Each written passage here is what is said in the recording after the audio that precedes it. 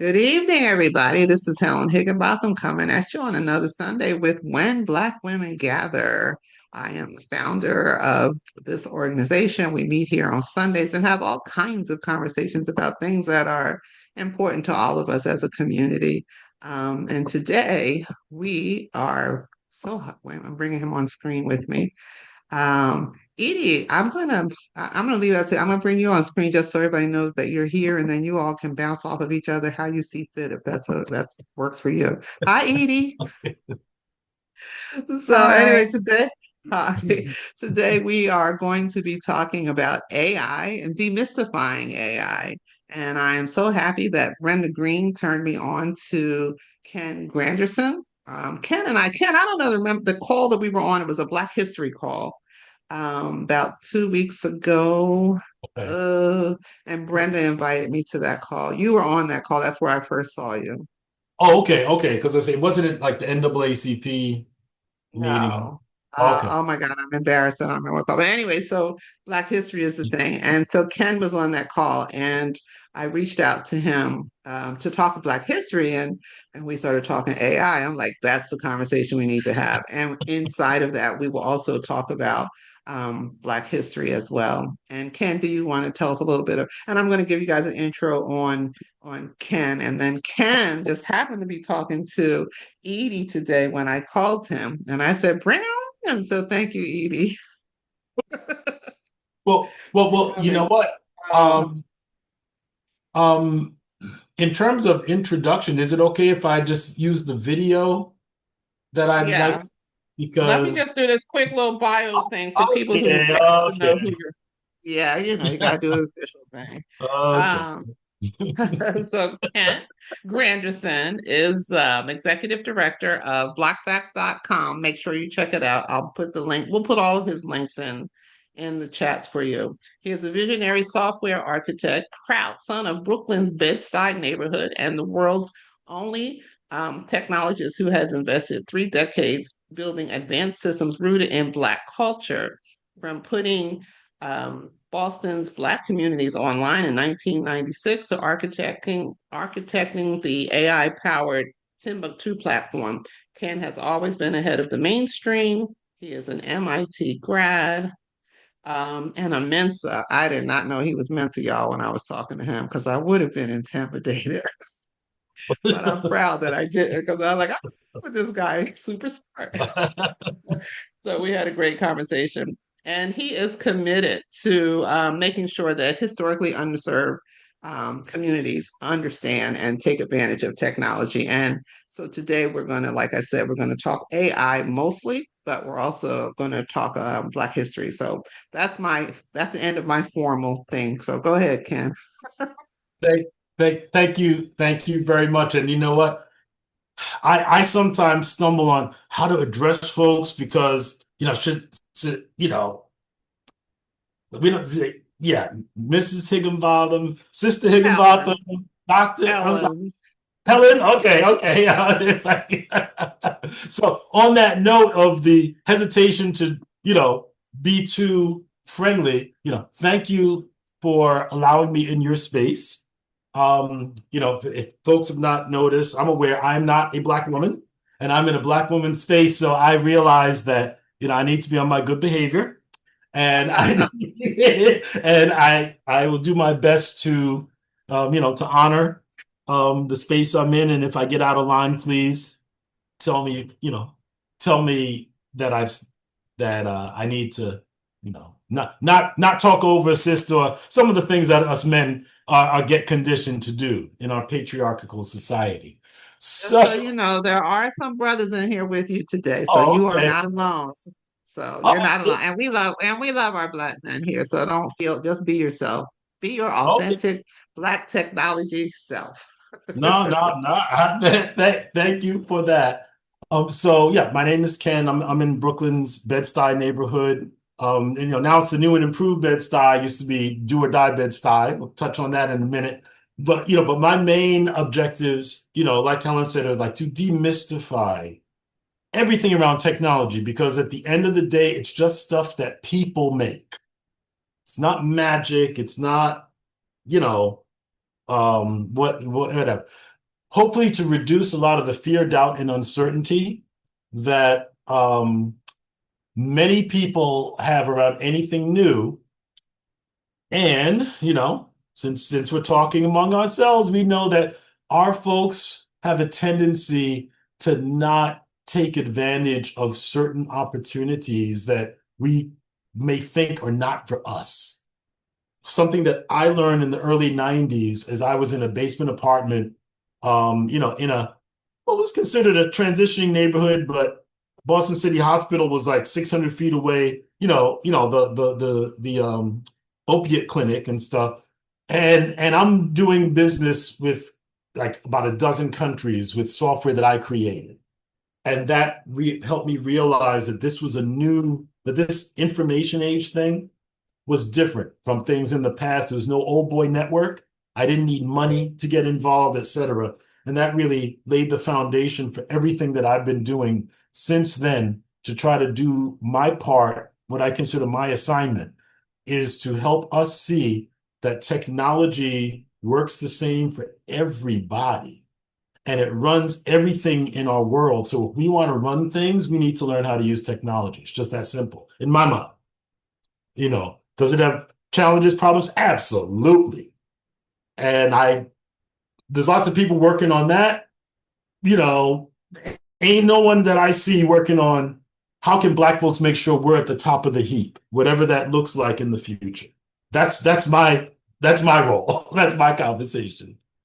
And hopefully, I think I will have been successful if people come away from this session feeling empowered to experiment with things that you can access many things for free or for very little money. I spend $20 a month on my main AI tool. I live in New York and I've been a vegetarian since the 90s. I can hardly get lunch for $20 for one day. Okay. So there are limits if you use free services. Personally, at $20 a month, I ain't even trying to worry about what those limits are. But anyway, I digress. I'm going to share this intro video because it level sets, for me, I believe it level sets the conversation because conversations about Black folks and technology tend to be either entry level or, please, Mr. Charlie, give us a job. And that's not me. I am the unapologetically Black technologist who is using the same tools that the masters of the universe are using and want to put them in our hands so we can empower ourselves. I call it Teki Chagwalia, self-determination through technology. That's my purpose, to put that idea out there into the universe for you.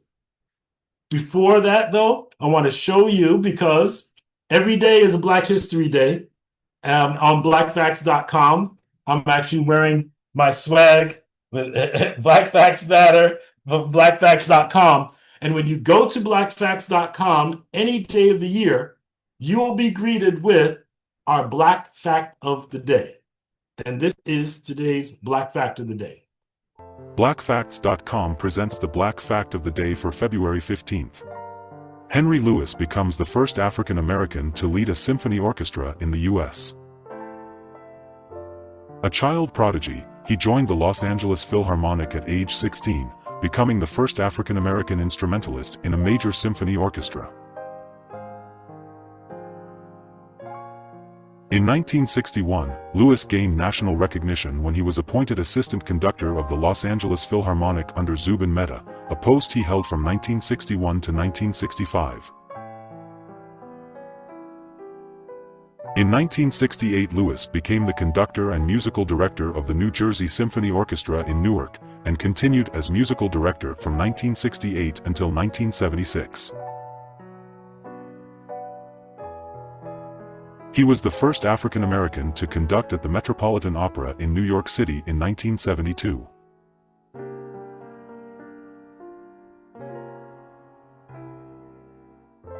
So again, every day we've got something. So I'm going to ask Learn every Black day history, that we teach Black history at blackfacts.com. And we share these links, people, on the social media pages that you're on to boost up attendance for our brother Ken. Go ahead, Ken. I'm sorry. no, no, no, no, no, no, no, no, no problem, no problem, no Taxes. problem at all. And Edie, since we're going to our conversation from earlier, right? As I cue this up, um, many of those Black History videos we used to call it the Black Facts Minute. Many of them are they're video short, social media short kind of length. So we will continue. So just so folks know, um, Edie knows a lot more about really leveraging social media, especially if you're a Black entrepreneur. We'll give her time to speak for herself, and give the accurate story versus filtering through what I remember and what I know about her. But she helped us in 2021 put together a video when we were doing a crowdfunding campaign, and where I'm excited to connect with her again. And so anyway, unapologetically Black technology. I'm Ken Granderson, a boy from the hood, formerly known as Do or Die Bed-Stuy, who went to MIT and a decade after graduating created a few shareware programs that helped me quit my daytime tech job. This inspired me to become a technology evangelist for the Black community. So for the past 30 years, I've been creating tech that informs, inspires, and empowers people from communities of color. In 1995, I took a book on Boston's Black history, made it into a multimedia CD-ROM, and tried to get it into Boston's public school systems. For the next decade, my software consultancy, Inner City Software, put Black and allied businesses and organizations online in Boston, New York City, and in DC. In 1997, I became a Microsoft Most Valued Professional, which gave me access to their database tools. So I created blackfacts.com, the internet's first Black history encyclopedia to give Black Americans just learning about the internet a culturally relevant reason to go online. In 2002, we built Roxbury.com, which included self-service, event, and business listings that preceded Yelp and Eventbrite by 2 to 4 years. A decade later, I put the government of St. Lucia online with a multi-tenant custom content management system I still manage for them today. In 2017, I built Timbuktu, our online content aggregation, classification, and syndication system that uses NLP AI engines to link over 1 million Black history and news articles on blackfacts.com. Timbuktu can host other sites like Black Facts for any ethnic, cultural, faith, lifestyle, or other identity groups. Timbuktu also powers our Diversity Schoolhouse EdTech system built on our 1,500 episode library of original Black history videos, where we use generative AI to add teacher talking points, student writing exercises, activities, and quizzes, empowering educators to teach Black history and ethnic studies from any internet-connected device, from the smart board on their wall to the smartphone in their hand. We are redefining the way that education is taught using technology in the 21st century, using 21st century tools for 21st century students. We believe that Diversity Schoolhouse demonstrates how education will be delivered in schools around the world in the future. And as Black technologists, we're working on either becoming or inspiring the first tech household name from a Black community, a Black Bill Gates, Steve Jobs, or Mark Zuckerberg, who's known not only for creating software used by millions, but also for proudly embracing their heritage and showing up for millions of children of color around the world as somebody who looks like them, who's at the top of the most impactful industry on the planet. Because when you're a kid like I once was, growing up in a community like the one I grew up in, when someone asks you what you want to be when you grow up, that's when they need to know about what we have created. Because as we say, Black facts matter. Thank you. So again, sorry, ads. So that is what I'd say. I like to level set. I come to technology from a position of I create it.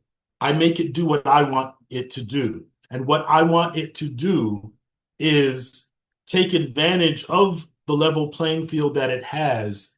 And as we've all seen the pattern with Black folks being left out of things. We're kept out, we break in, and sooner and before long, we're at the top. Doesn't matter if it's entertainment, sports, politics, then medicine or whatever.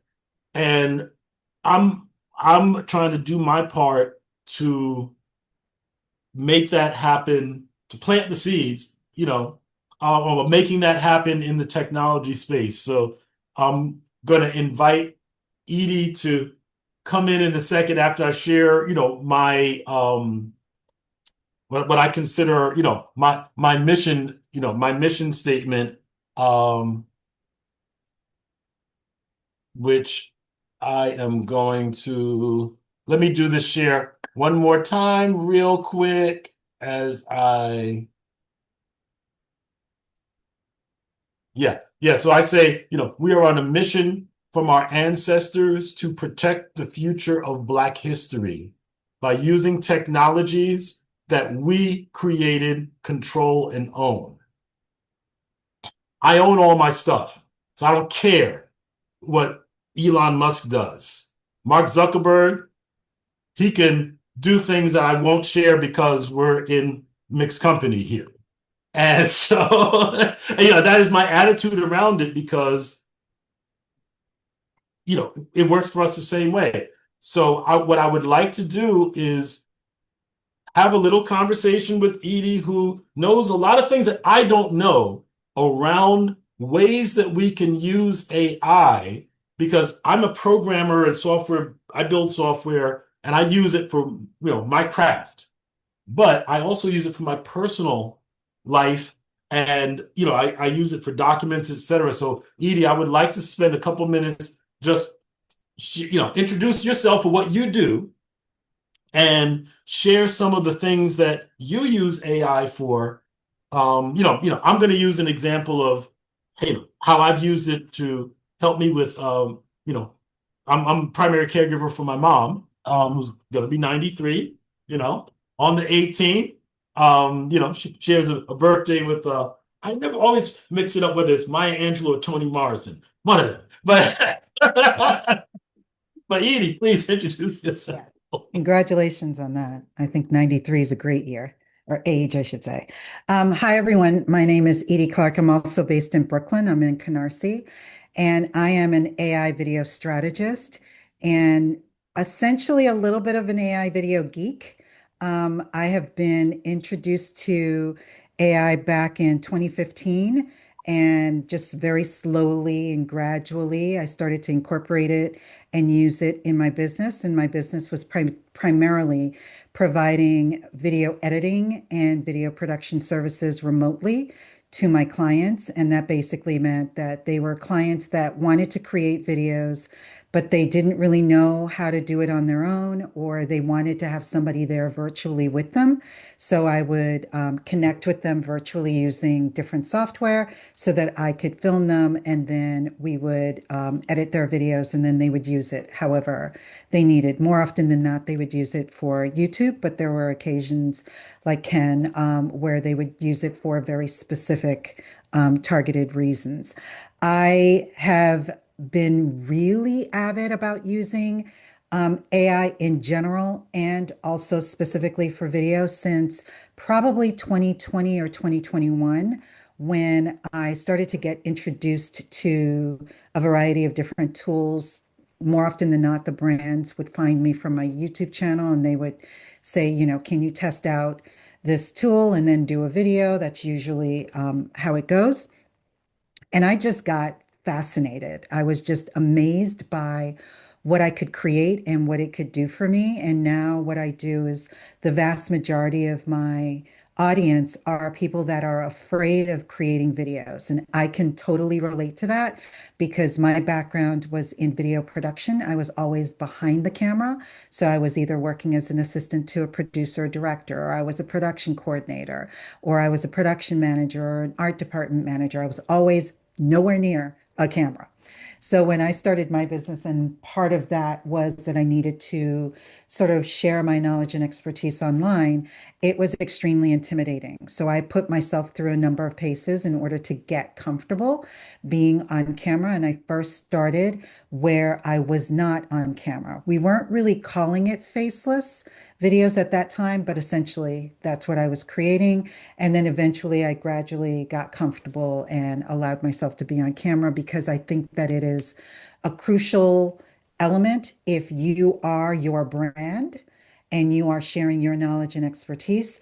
It does help. It's not mandatory for every single niche, but it is definitely beneficial because people will get to know and like you a lot better if they can actually see you and get an understanding of your personality and how you can relate to them and things of that nature.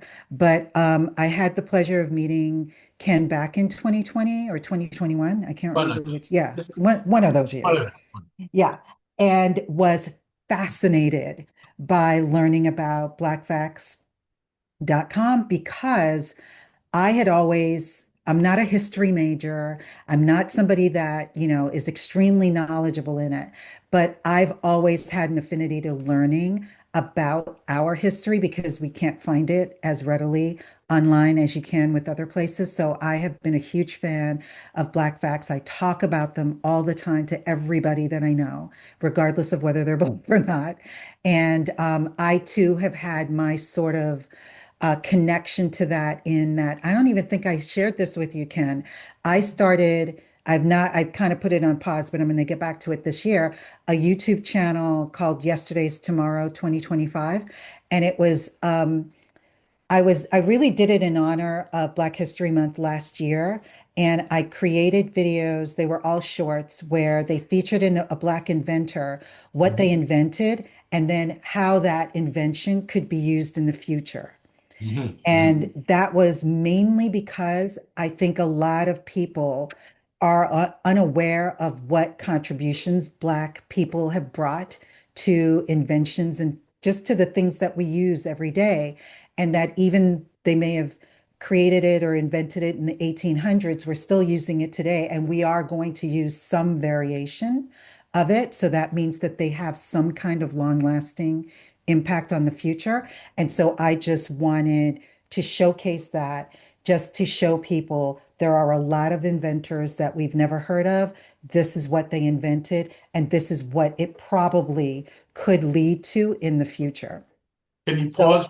I'm there? just like in love with everything Ken does. Yes. Can you pause right there for a second? Because so this is a Black Inventors calendar that's produced by a brother named Keith Holmes. I'm trying to remember, is it like Black? He doesn't do blackinventors.com, but he has besides this, some books on that. And Is he doing the museum? I'm not sure. Okay, there's a museum that's going to be starting. I think they're going to be in construction this year or next year in New Jersey. I'm not sure. I know he just moved away from New York. But speaking of Black inventors, right? Not, and I know you said you were in Canarsie. I think Flatlands is almost next door. Might be next door. Flatlands, the Somebody needs Flatlands to neighborhood. mute. Oh, yeah. Yeah. The Flatlands neighborhood. Yes, Flatlands neighborhood. Yes. Somebody's not muted. Nana, I'm going to make you my co-host so you can help me with that if you don't mind. That's Do you fine, mind? Ellen. Thank you. So this is one of your neighbors, John Henry Thompson, Mhm. who in the 1990s, when he was working for Macromedia, the company that did Macromedia Director, he invented a programming language called Lingo that I always viewed as being instrumental in making it possible to do animations on desktop machines, on Macs and PCs. Wow. But then you had to use Silicon Graphics workstations. Some people will hear the name Mark Dean of Silicon Graphics. Those machines cost like 20, 40 grand. Right. I wasn't affording those things, okay? John Henry Thompson, is yeah. So Okay. so there's so many more of these folks who Exactly. we haven't heard about, because from my perspective, we do a terrible job Mm-hmm. of sharing good news about folks who are not in certain stereotypical Mm-hmm. or comfortable spaces. And Right. so I look forward to talking more about where that might go, because Yeah. trust me, there's so many. I'm thinking, Yeah. yeah, Yeah. yeah, And we need to yeah, know about them, yes, not only us in our generation, but yes, the ones coming up behind us so that they know ab what's possible and what's feasible for them to accomplish. absolutely. Yeah. I'm thinking, gosh, yeah, yeah, yeah, yeah, yeah, yeah, yeah. Yeah. Yeah. No, Yeah. no, names are going through my head because like there's a sister that we have a video on, Patricia Bath, who was inducted into the National Inventors Hall of Fame for her cataract thing. Yeah, well, Hmm. we worked with her daughter Oh, in wow. the video, and yeah, yeah. Okay. Yeah. That's cool. Yeah. There's so many people who Yeah. are unsung heroes who have done some incredible things, and so anyway, Yeah. anyway, anyway, Yeah, but anyway, I love all things AI video, yeah. and I do incorporate AI into my day-to-day as well. Mhm. There are plenty of tools that are out there, like Ken was saying, that are affordable. In some instances, you don't even have to pay for some of them, at least just to get started. Because even with like ChatGPT, even though the paid versions cost 20 bucks a month, you can get a lot done on the free version. You really can. And one that I've been touting a lot lately because it's a Mhm. closed LLM is Notebook LM. I love Notebook LM. It's made by Google and it's free if you have a Gmail account. Hold on, I think you accidentally used a jargon word. You said it was Uh-oh. closed. What does that mean? That means that it's not pulling the information from the World Wide Web, which is what chat would do, or even Google Gemini or Claude or Perplexity. Those are all LLMs that you can use to do research. They can write scripts for you. You can do a plethora of things on them. Notebook is closed in that you have to provide the sources or the information that you're going to be extracting from. So that can be a PDF, it can be an audio file, it could be a video file. I believe the size is 200 megabytes, which Oh, equates to like a 5 minute video ish. You can upload anything from your Google Drive. So that means Google Docs or Google Sheets or slides or anything like that. Yes, thank you. Learning language model, LLM. Thank you. Um, and so you can pull all of these into virtual notebooks, and mhm. then you can ask it questions. It has a chat feature within it where you can then ask it questions. So you can ask it questions to extract from the documentation. So if you have really, hundreds and hundreds of pages of PDFs that you need Right. to learn. You can put it in there and ask it a bunch of questions. It does even give you opportunities to learn from it by giving you a quiz, creating a quiz based on Excellent. it so that you can sort of test yourself. But there are a number of different things that you can do from it. And it allows you to write scripts. It can write social media posts. It can write, I mean, it's endless. No, no, no. Thank you. And I see someone ask a question. It's funny. Yeah, I try to avoid some of the jargon, right? Yeah, I know. I'm sorry. No. But the question, what makes it different from doing a Google search? I actually Oh.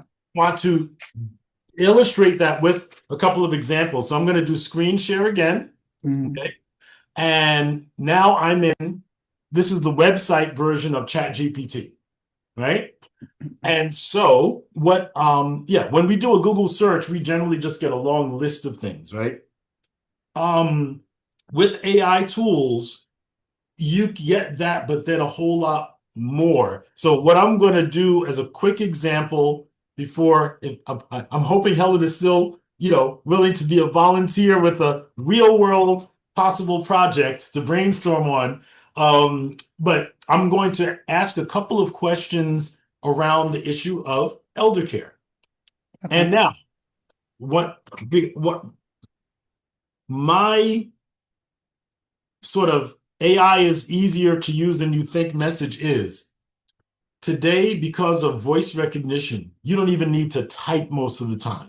I hardly type at all. So I'm on a Windows machine, so I'm going to use the Windows key and H. If you're on a Mac, it's probably the same thing with Command key and H for speech recognition, right? And I'm going to talk to the computer or to ChatGPT. I'm not going to worry about a typo. I'm not going to worry about grammar. It does not matter. So I'm going to present, a scenario, and to try to address the question about, what's the difference between this and Google search, right? So I'm hitting Windows key H.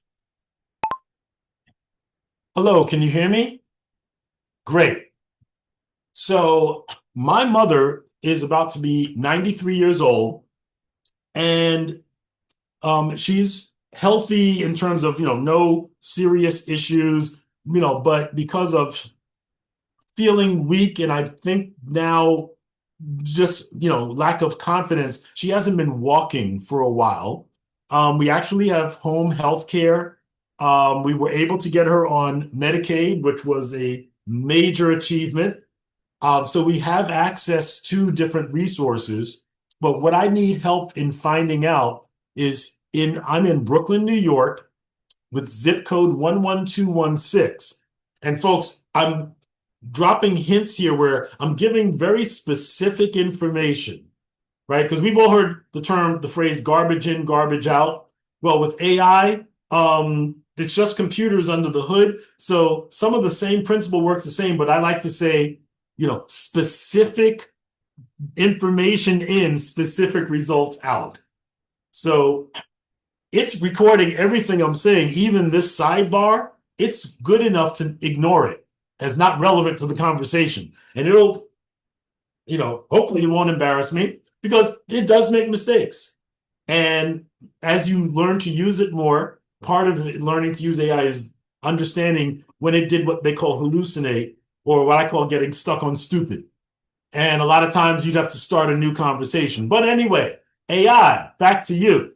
What I would like you to help me do is find me some local resources, close to my neighborhood, places I might be able to take my mom to. She used to go to the Y before COVID. It was on the swim team.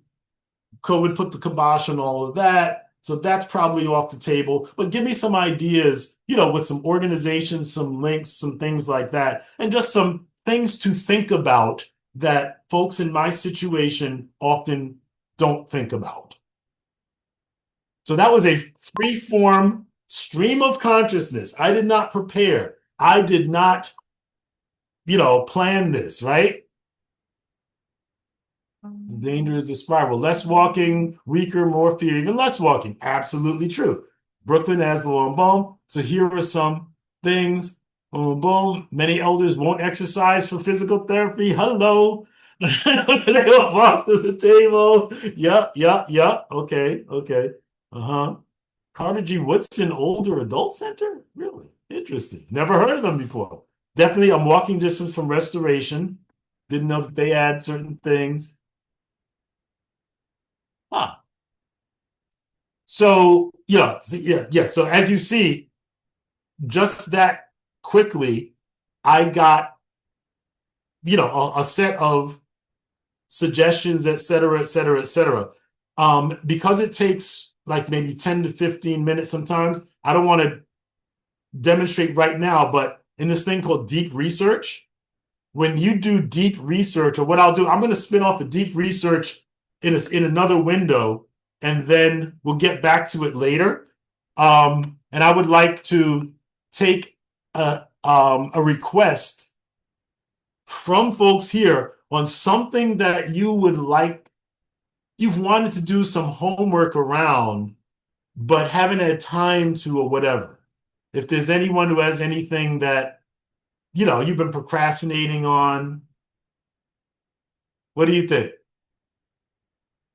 Oh, someone, okay, Nicole. Hey, right. So Nicole. Yes. thank you for coming up with the suggestion. Now I'm about to put you on the spot, okay? Okay. Would you be willing to ask a few questions, or to ask about the resume research from your perspective? Would you be okay doing that? I guess. Sure. Okay, thank you for playing along. All right, so I'm actually moving my speaker a little closer to my microphone. I'm going to hit the magic speech recognition key, and please just speak from the top of your mind. Okay. I'm interested in writing a resume for a program coordinator position for a graduate medical education. Wait a second. I don't know. Did it just? It's not picking her up. It wasn't picking her up. Testing 1, 2. Okay, all right. Sorry, speak again. Okay.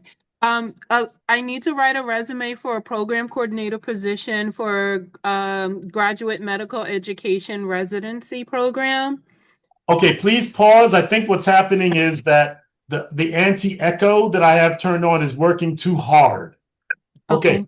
So you want to complete, so let me just repeat back. You want to complete a graduate residency program. What now? No. I said I'm looking for a position as a program coordinator or program administrator. Okay, you're looking for a position as a program coordinator or program administrator. Okay, for a residency program. For a residency program, okay. In graduate medical education. In graduate medical education, okay. Mm-hmm. What part of the world are you in? New Jersey, the New Jersey, New York area. Okay, in Newark, New Jersey area. Can you share some information about that might be relevant to doing some research on possibilities? Some information. Also fellowship programs. Okay, you'd like to find fellowship programs too. Sorry for jumping in, but like I said, fine. I used to have an echo issue, and I think I solved it too well. Okay. What else would you need to know? Like the background, like maybe 5 years, 5 to 7 years of experience. Okay. You've got 5 to 7 years of experience. Okay. The bachelor's. She has a bachelor's degree. Mm-hmm. What might be some ideal companies for you to work with or institutions to work with? It's usually these positions at universities normally or hospitals. They have to have like a medical school associated with them. Okay, so ideally you're looking for positions with universities or medical hospitals. Yes. All right. So let's see. Now, so what's going to happen when I hit this is it's going to ask for some clarifying questions. Okay. And then it's going to go off and do its thing.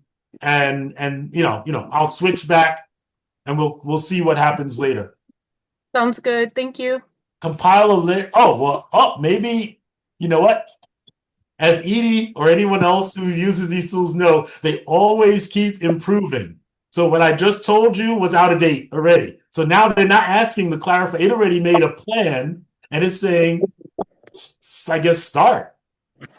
So I'm going to hit the start button.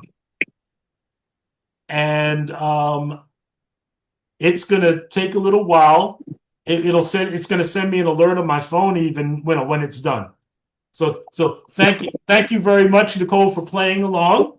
And I hope that this is going to be, helpful. Thank you. I appreciate it. So now what I would like to do is do another, real world experiment where we go deeper than just this one question, but work on having the AI generate some sort of documentation, whether it's like an explainer or a something you could use for a flyer, etc., because I want to show a couple of tools that I use that they do cost money, that I use for creating slide decks and websites. Hey, Ken, before you do you want Yes. to address some of the questions that are in the chat? Yeah, that's what I was going to say. Can we hit some of those? Yeah. Thank Absolutely. you. Go ahead, Edie. I'll let you take the lead on. Okay, Lisa wanted first and foremost to get a list of all the websites that have been mentioned so that she can be able to write them down. Trying to remember all of the different ones, but I Well, will one put. Okay, go ahead. Sorry. Sorry. No, go ahead. That's Helen's. Go ahead. I'm sorry. Yeah, Go ahead, Edie. I will make a list of mine and put that in the chat. Let's see. Please explain. Oh, they already explained what LLM is. I appreciate the jargon.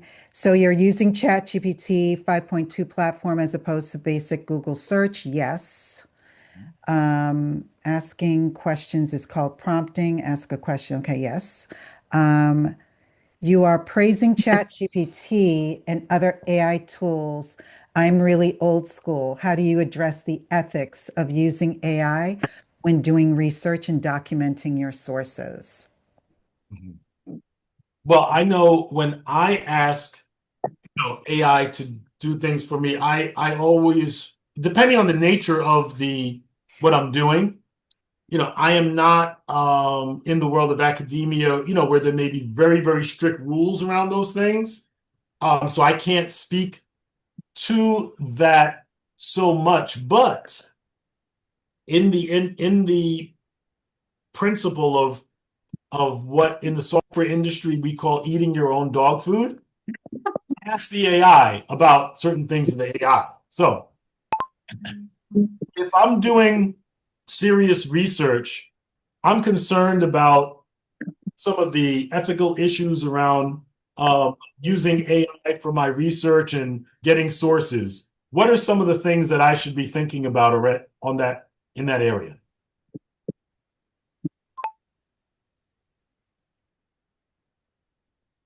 I think that's Brenda's question. Brenda, did you want to ask something specifically there?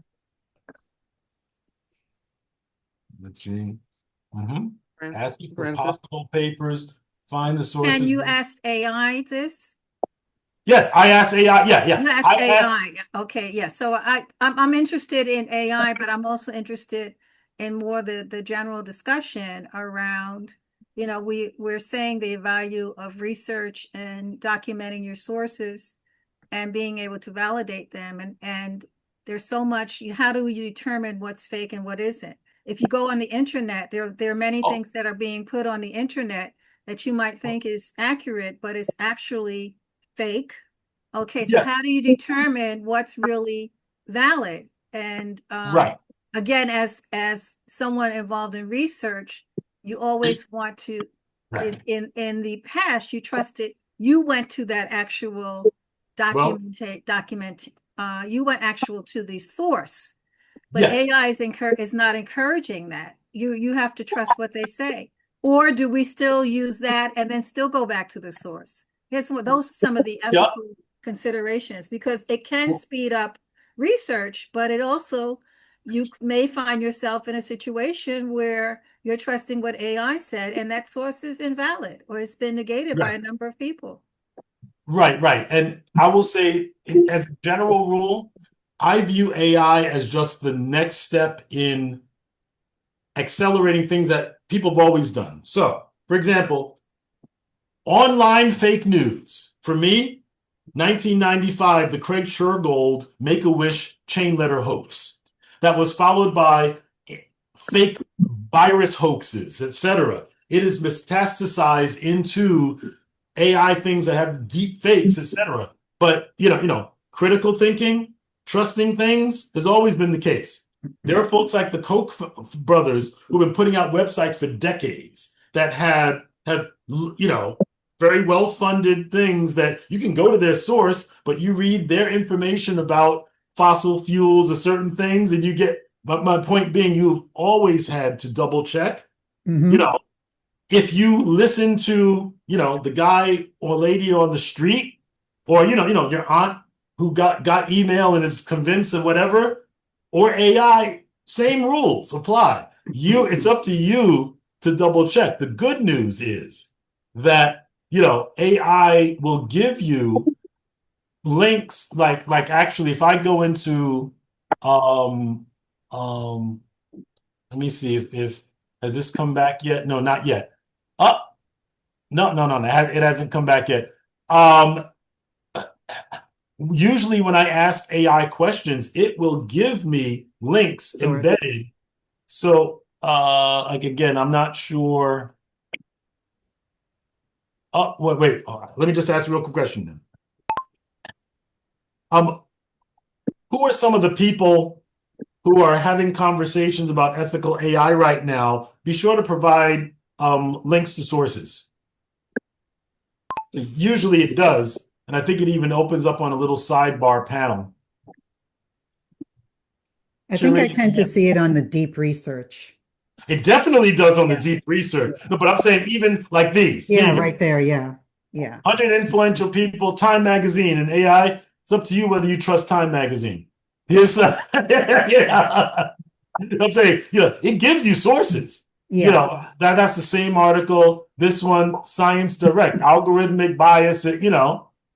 So governance, policy, and regulation. Right. Time. So another thing from LinkedIn. More Can time. I share a thought? Yeah, please. That's one of the reasons why I really enjoy using Notebook LM. Because with Notebook LM, what you can do is if you know that your sources need to come from specific periodicals that are online, you can pull those website links specifically into your notebook and do as many as you need to in order for you to be able to pull the information that you want to ask it. So you would pull the source material in. And if you have a free version, you have 50 sources that you can add to each notebook. If you have the paid version, you have up to 300. So you would pull in all of those websites and then you would treat the chat section as you would on ChatGPT or anything else. And that way you know exactly what sources it's being pulled from because it's a closed LLM. It does not hallucinate because it's not going to the internet. It's not going to the World Wide Web. Right. Okay, so you're speaking of it as interesting as a person, so it doesn't hallucinate, which is. Oh no, that's the term that's come up. That's a regular. The tool hallucinates. Yeah. Okay. So my question is, you said you can on the free version you could have as many as 50. No, the free version of the tool you're talking about, Edie, right? Of Notebook LM, not ChatGPT. So is that total? Is that like total for the year? That's total for the notebook. For the entire notebook. So if you're working on several projects and you have a different notebook for each. You have a different notebook. So you can, you have a number. Do you have a number of notebooks that you can use? I don't have the free version anymore, but I don't believe it caps you at the number of notebooks. It's just capping you at the number of sources for each notebook. Okay, I'll have to look that up. Yep. Yeah, I highly recommend doing that. Right. Edie, can I ask you, Edie, for the videos? We're always, because we get all these videos that look real and they're fake. And one thing I've been told is to look at the eye blinks and what are the signs that we can look for to know that this is not a real video? Yeah, you can look at the eyes and the mouth also usually because a lot of people, and there are news reporters that are doing this as well, because a couple of the people that do MS Now, if they have their sort of like every day they're giving updates, that's the AI version. And they are at least conscious enough to indicate it in the lower third, just the lower bottom of the right side of their screen. They'll say it's like AI assisted or AI something created or whatnot. But you can usually spot an AI avatar, which is your digital clone. So it'll look like you, but it's only taking a very short amount of video and then sort of enhancing it. And you can tell sometimes by the eye blinks. I usually can tell by the mouth. And then if they move their hands, you're going to see that same pattern over a period of time. It's not going to be like constant, but you'll see like maybe in the span of a couple of minutes, you'll see the hand move again. And that's usually also another dead giveaway. Edie, remember Mhm. I said that, the sidebar, this is Mhm. Yeah. what I forgot. At the very end, where it has sources. So what happened was I just clicked where it says Right. sources. This is a long list of the different sources that it came from. Right. And interestingly enough, you'll see like 100 most influential people in AI. The two names that are listed here that are showing the preview are Black women. Oh, good. Joy, yeah. Joy Bulawami and Garrett. Oh gosh, it's interesting that it showed me that preview. Is that her there in the red? Now I don't know, but I'll go to the LinkedIn one. Timnit Gebru. See, and what's interesting is that they get all the press because they're connected with big names. Yeah. Joy, she also was an MIT person and she got a Netflix, thing done on her book, Coded Bias. Oh, yeah, I love that. Used to work with Google. My Mhm. my favorite AI sister is Renee Cummings, who is a New Yorker. And what happened? Wait a second. Sometimes people have multiple links. Renee. Oh, she has two profiles, or at least, oh no, that other No, one no, no, spells it no, no, no, differently. no. It might have messed up because she had her. Okay, wait a second. Uh, yeah, she has the accent Mm. in her um in her thing, and so for some reason, but she's a New Yorker. What I really I was sharing with Helen, it's like, I need I'm gonna ping her because she's traveling, she talks about AI all over the world. Okay. So Tampa Bay 2 days ago, University of Calgary, Geneva, Virginia Geneva Club. She was speaking at Davos, a couple of weeks ago. UVA Club of Switzerland, blah, blah, blah, So this is all she does, okay? Ethical AI, right? So, and she's in my phone. I don't know them other folks. So she is my number one, person in terms of AI ethics, also because if you look at what she does, professor practicing data science, data activist, urban AI, women in AI ethics, this is her jam. Yeah. Okay, Yeah. so stay tuned. She's interested in doing kind of local things and stuff, but these issues are very real, and and there you go. I'm curious to see There's has some other questions here about singularity within AI going and on. humans. Yeah, and I have to say, I when it comes to concerns and stuff, those are real. I sometimes say to folks, we do not know if technology is going to give us like the Star Trek future or the Terminator, but if the robots rise and want to wipe us out, the people who understand and use AI we'll get to see the nukes dropping from our penthouses, while the other folks will be,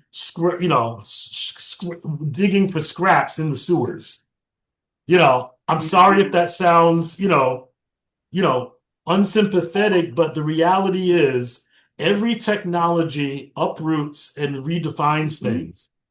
Those who and there's always these cycles of resistance and then adoption, and then a generation later, people cannot imagine the world being any different.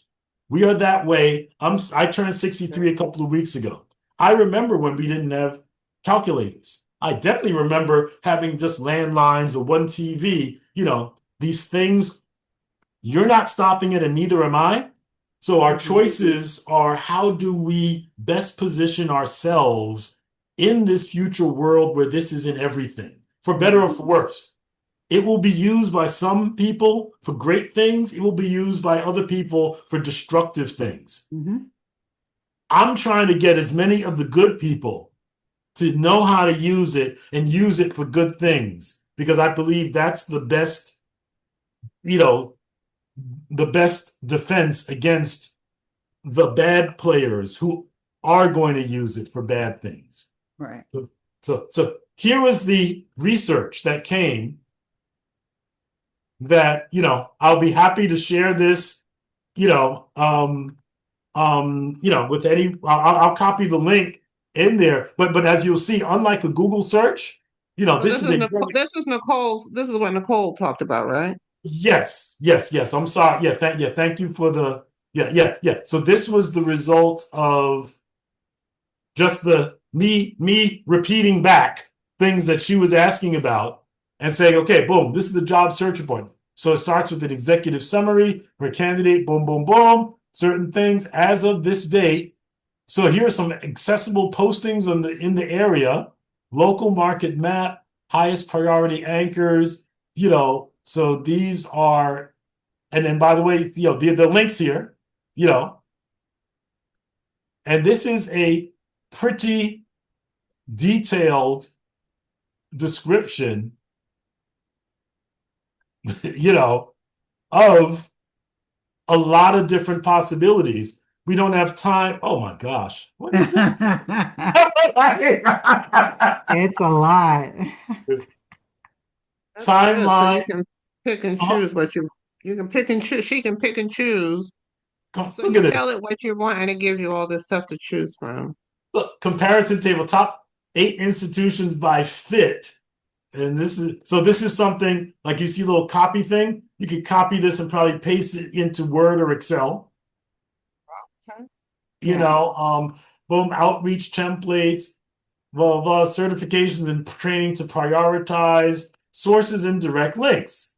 This is what was used in this report. Okay, so this is the kind of results that you can get. I'm going to go back up to the top and copy and paste that link for anyone who is, where is the copy link? See, they keep changing it. I think this is it. It's download. Yeah. Copy There you go. content. Copy You content. know what? Oh, but no, I thought it was going to give me a link to that. I can do a share, a general Well, share. Nicole is the person who will want that, so we'll figure out how to get that to her after the fact, if that's okay. Yeah. I don't know if any. The link I just put in the chat, Okay. we'll go to the whole thing. And then we have, just so that I want to make sure everybody's questions get answered. Yeah. Lisa asked a question about the environmental impact of AI on the water supply and environment. Yes, and if I may just say, I'm going to ask that question. One of the things that I was asking about when I was also talking about LLMs and what that means, and like as opposed to when you do a Google search, because from what I understand, when you do like a search with Chat GPT or you ask a prompt, that it uses a far more energy and far more resources than maybe like just doing a search with Google. So, and I know that there's been a lot of issues about that and about them building these centers that take up so much energy. Thank you so much.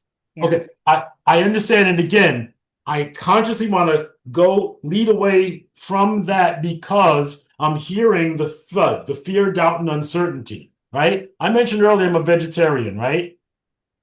If you really care about the environment, stop eating meat. There's that. There is that. Yeah. We can spend, we're already an hour in, and I don't have a time limit, right? But we can spend the rest of the afternoon talking about concerns. I'm interested, and they're real. I feel the biggest risk is not taking advantage of the tools that are changing the world, that are controlling the world. Some of the examples you gave when we were talking will help. I think some of the examples that you gave when we were talking earlier about, the people who are making money. You remember the example that you gave about who are the top 10 billionaires or whatever, as not a reason not to be fearful of AI or technology. Yeah.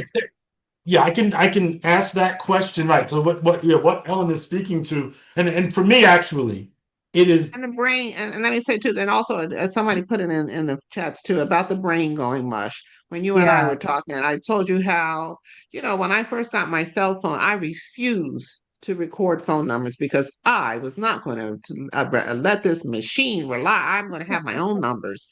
And of course, before you know it, you've got every phone number right. and so it's the same thing with all this other stuff, right? Exactly. So Yeah. how do we and I'm one of these people, I'm not using AI because I can write well. I don't need them to help me write.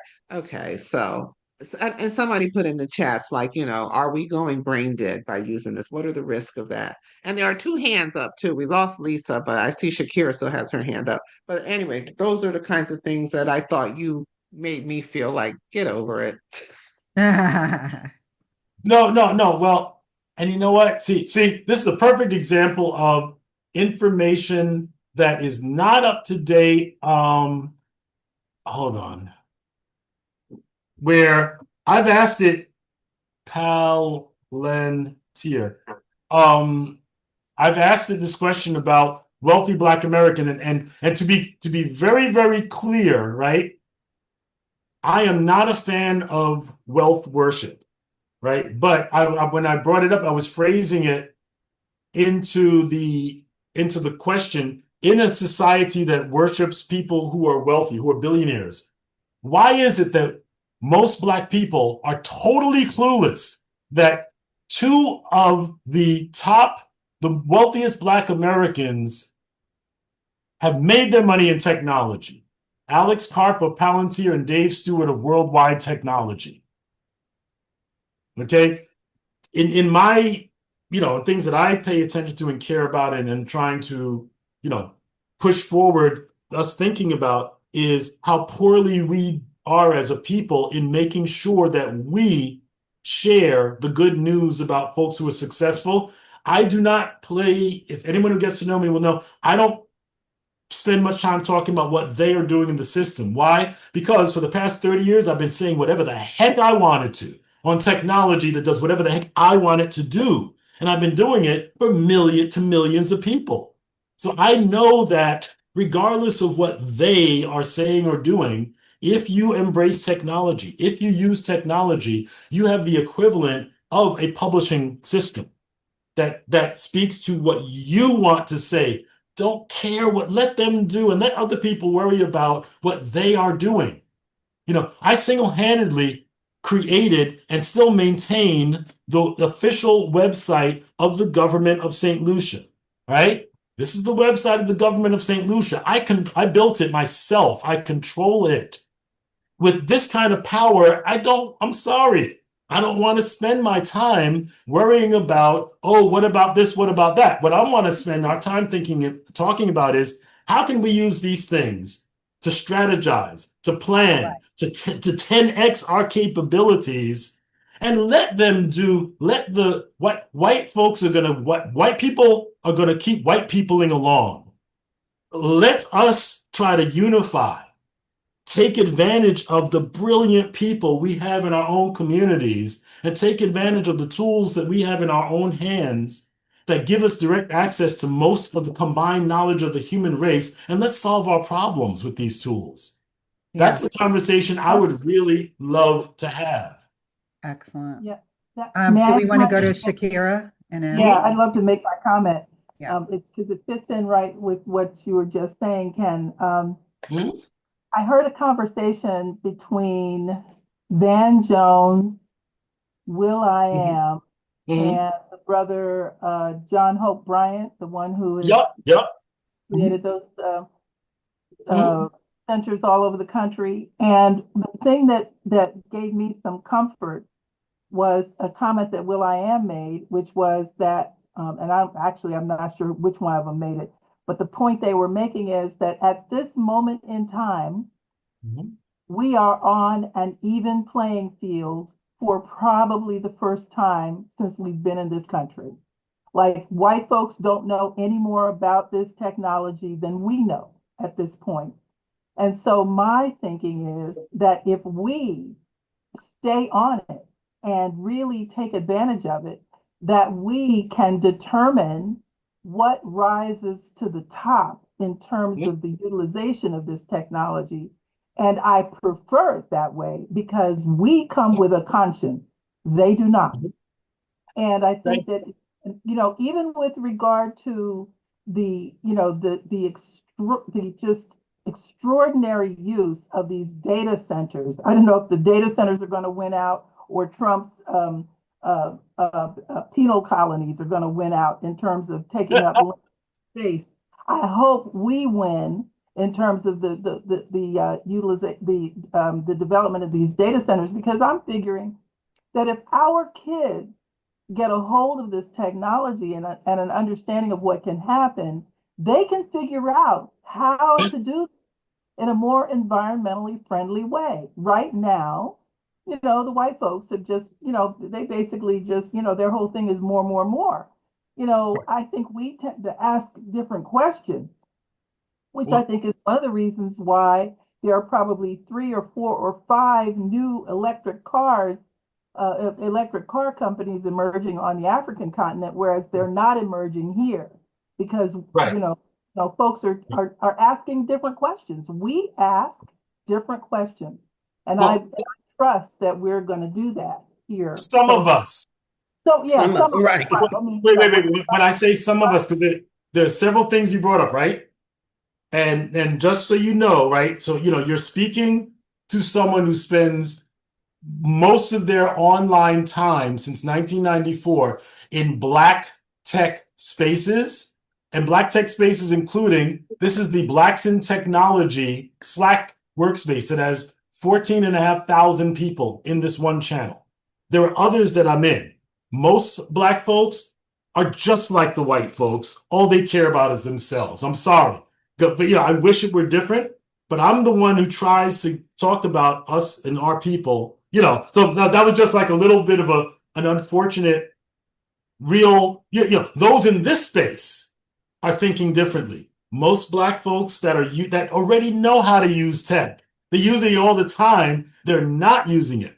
The other thought, when you said, I'm glad will.i.am, who I know has been aware of certain things, I'm glad to hear that conversation. It's 30 years too late, but I'm glad people are realizing it. When I say it's 30 years too late, this article I put in LinkedIn, published on LinkedIn, Ignoring Technology is Choosing to Fail. I give real world examples where things like, this is the end of a proposal I gave to the Million Man March local organizing committees dated March 23rd, 1996, where I was offering to connect them by email so they could talk for free across the country instead of having to drive from Boston down to DC once a quarter, because that was the only way that the local organizing committees could meet back then. They declined. When I put the Congressional Black Caucus Foundation online in 1998, this is my previous company, Inner City Software, I wanted to go with mainstream Black political thought, etc., and organize. They took it in-house, they lost it or whatever. I was putting websites on, this is the Hood in Roxbury, 1996. So I know that the playing field has been level for 30 years, folks. I don't have money. I don't have contacts or whatever. 8 of us volunteered, and I'd be happy to share the news stories we have on this. Google my name. You'll see 16 pages of Google search results. I'm glad to see other people realizing, but we're 30 years too late. It was Boston's Empowerment Zone. This was Roxbury.com. Folks know Boston's Roxbury neighborhood. This is from 2003. We were doing this 30 years ago, people. Okay? So I get it. But again, we keep missing the point. I'm glad that, an entertainer says something and folks listen, but I've been trying to get folks, I'm nobody in terms of, celebrity or whatever, but I've been using this stuff, and using it, connecting with folks around the world for 30 years. So yes, It's available to us. It's a level playing field. You don't need to type anymore. You have these tools that will answer your questions. You know, we use them. We use the AI tools for our ed tech system, teaching Black history. You know, I'm sorry, you know, if I'm just, I feel like I'm pushing back against all these concerns, but, you know, I spent the last 30 years of my life trying to show Black folks, let's stop being scared of this, because those who use it will be able to make sure we benefit the same as other folks. But our organizations are still doing things like it's 1999, and it's 2026. Yep, very, very true. So I would love to, you know, go forward. I mean, we've been going way over time. Again, I don't have a time limit. You know, I would love to show some examples of creating, you know, some of the tools, or I can just show you some of the presentation decks, you know. Before we get into that, can we get some of the other questions? I know Barbara Sure. has had her hand up, and then there are two others after her, and then I think there's some more in the chat. Okay. So Barbara, you're on. Yes. Okay, great. I'm an attorney, and one of the things that stands out in my mind when I listen to Ken talk is how much he reminds me of Bob Moses. I don't know if you guys are Algebra familiar. Project and stuff. Right, the Algebra Project. Yep. Bob Moses argued that algebra was a civil right. He was a professor from Harvard University who fought diligently across this country from the 1960s through the 1960s, Yep. and he ended up in Midwest in the 1990s, 2000, 2001, 2008. That's when I reconnected with him. And he fought all that time for Black kids to be taught algebra in our public school systems. The man is dead, and we're still struggling to get our children taught algebra correctly. So the fight doesn't start and begin at any particular time. It's an ongoing fight. Some of you talk about, now that, Black people are beginning to catch up. And I'd like to remind you that algebra goes back to Black people. It doesn't go back to white history, it goes back to Black history. So it's about reconnecting with our history.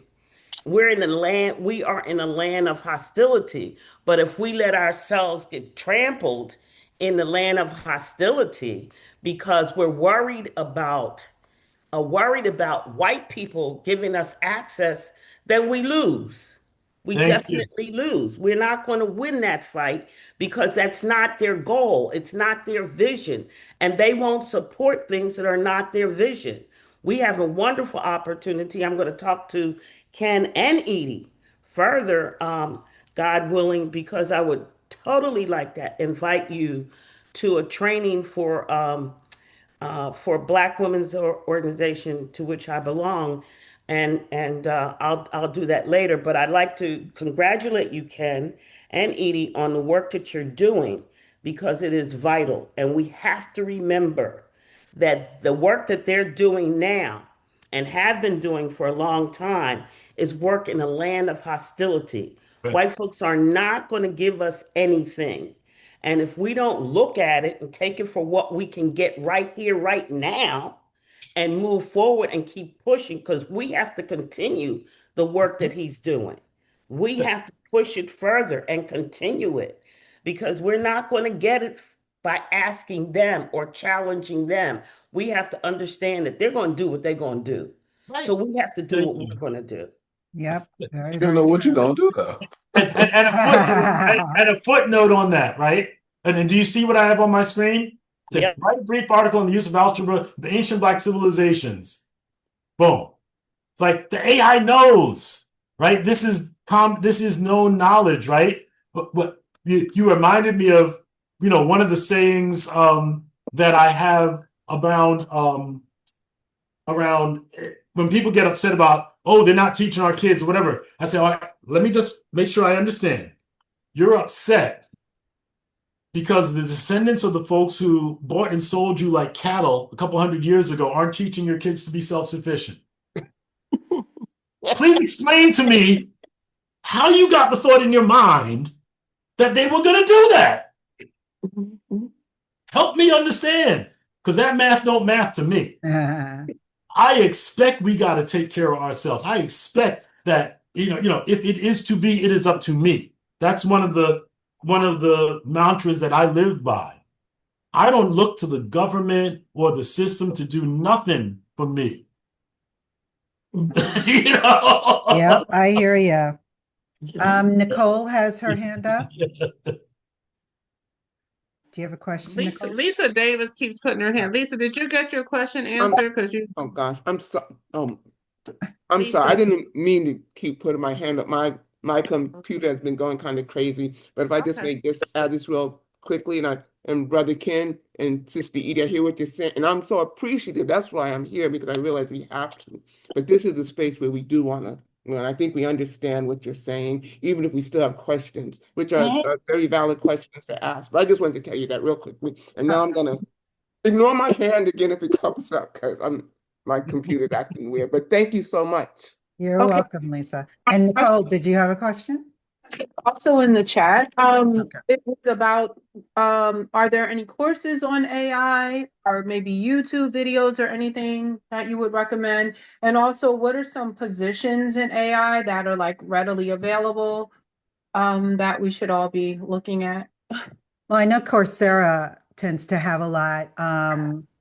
And I put a list in here, Coursive, and there's a number of other ones. There's a link or three that I put in the chat that's under free AI courses.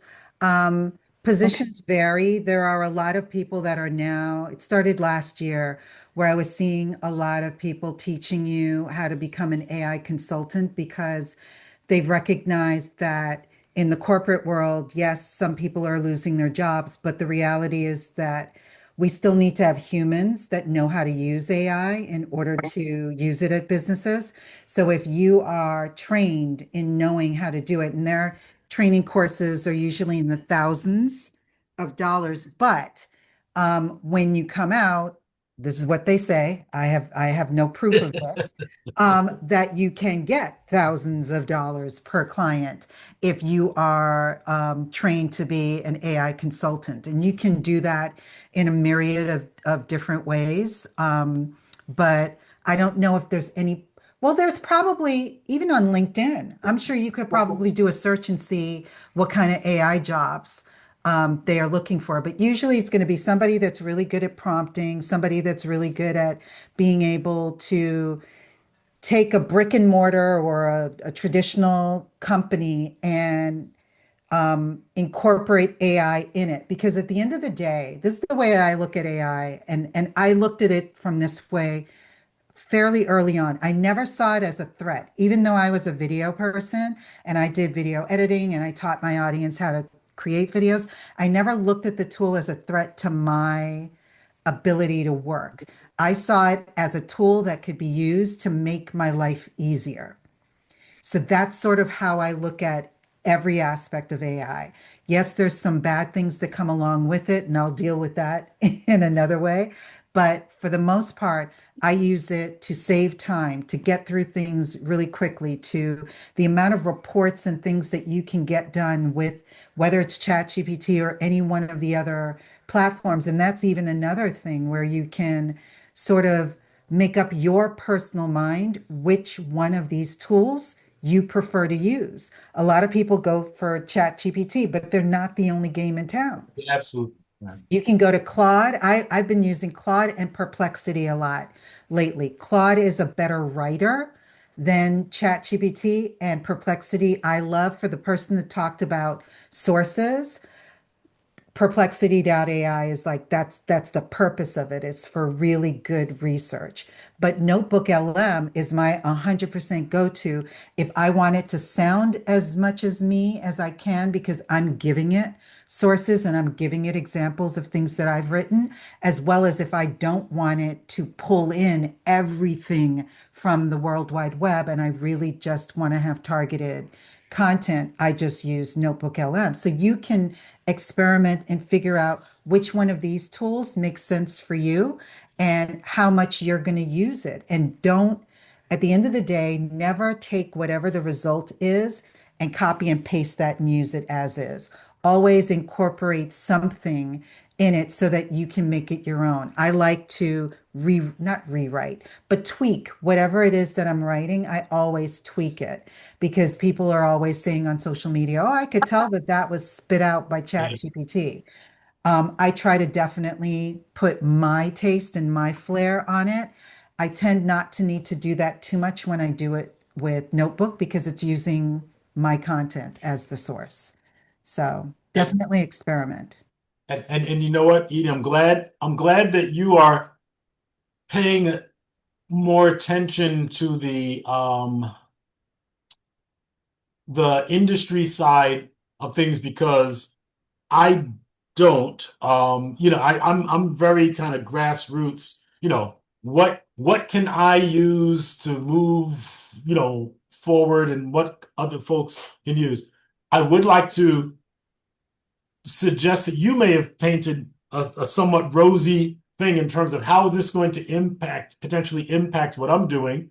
And oh, you know what? I'm sorry. I'm going to take off screen share, but I wanted to make sure that, it showed how it can create pictures for us. Mm-hmm. It can create like. He told me I didn't want to know. Yeah, so but I'm gonna shut off the share for a second, but in the same conversation about Black folks and advanced math, so boom, I asked it to generate a graphic, the ancient Egyptian using advanced math. So you can do some amazing things with these. But about job displacement, right? Mm-hmm. Again, I'm the straight talk, no chaser, kind of person who's like, name a technology that didn't make jobs go obsolete. Yeah. I sometimes joke that, the job of guys who drag things on the ground, they will put out of work by the wheel. Right. Every technology changes things in ways that previous workers now don't have a job. We only worry about the ones that we remember in our lifetime. So almost all of us, except maybe, our sister who is at 97, you may remember horse and buggies. I don't. So I never complained about the cars putting them out of business. How many different jobs do these things put out of business? I think the point is that technology is what was the word that Thanos used in his oh gosh, you can't avoid it. It's going to happen, right? Your choice is how are you going to position yourself. Back in 30 years ago when they talked about surfing the internet, I used to say you either need to learn how to surf or you're going to get swept away and drown. So, as far as the job, yes. I think the response is to figure out how you can use this tech to move yourself forward. But there are a lot of jobs that are going to go away. That's real. That's as real as green energy putting coal miners out of business. It is what happens when new tech arrives. So, I really encourage us to, recognize the concerns, but don't get paralyzed by them. Don't get stuck there. Figure out how you can. And I believe that what Edie was suggesting is exactly the thing. Figure out how can I use this, in our ed tech system, that we're building an AI-powered ed tech system on top of New York City's Black History curriculum that they delivered as a 520-page Acrobat file. We're saying, you know what?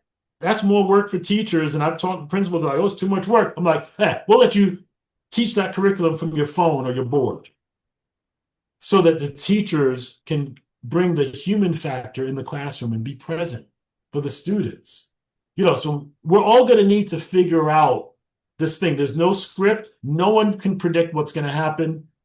We're all together figuring out how we're going to do this as we go. My belief is that if those of us who are the nerdier side work with those who are in industries that are threatened, or directly or indirectly, if we can talk and try and figure out how we can collaborate so that the humans win instead of the robots, then I think that's the best chance we got. We have other questions or thoughts? I'm scrolling to see if there are any more. Somebody was asking the difference between ChatGPT and Gemini, and which would they prefer, which would I prefer? And it's at the end of the day, you do need to sort of compare them all when I'm doing my research, or if I'm using one of them, I'll tend to use all three. I'll do Gemini, ChatGPT, and Claude, and whichever one gives me the best response that's closest to what I need is the one that I'll choose. Again, all of them are free. They do have paid versions. You don't have to upgrade on all of them. Just really play around and see which one makes the most sense for you based on what you specifically need. And you know what? I'm going to go back to the screen for a second and do the eating our own dog food using the AI to ask the AI, hey, AI, there are several AI tools out there, and people are telling me that different tools have different strengths and weaknesses.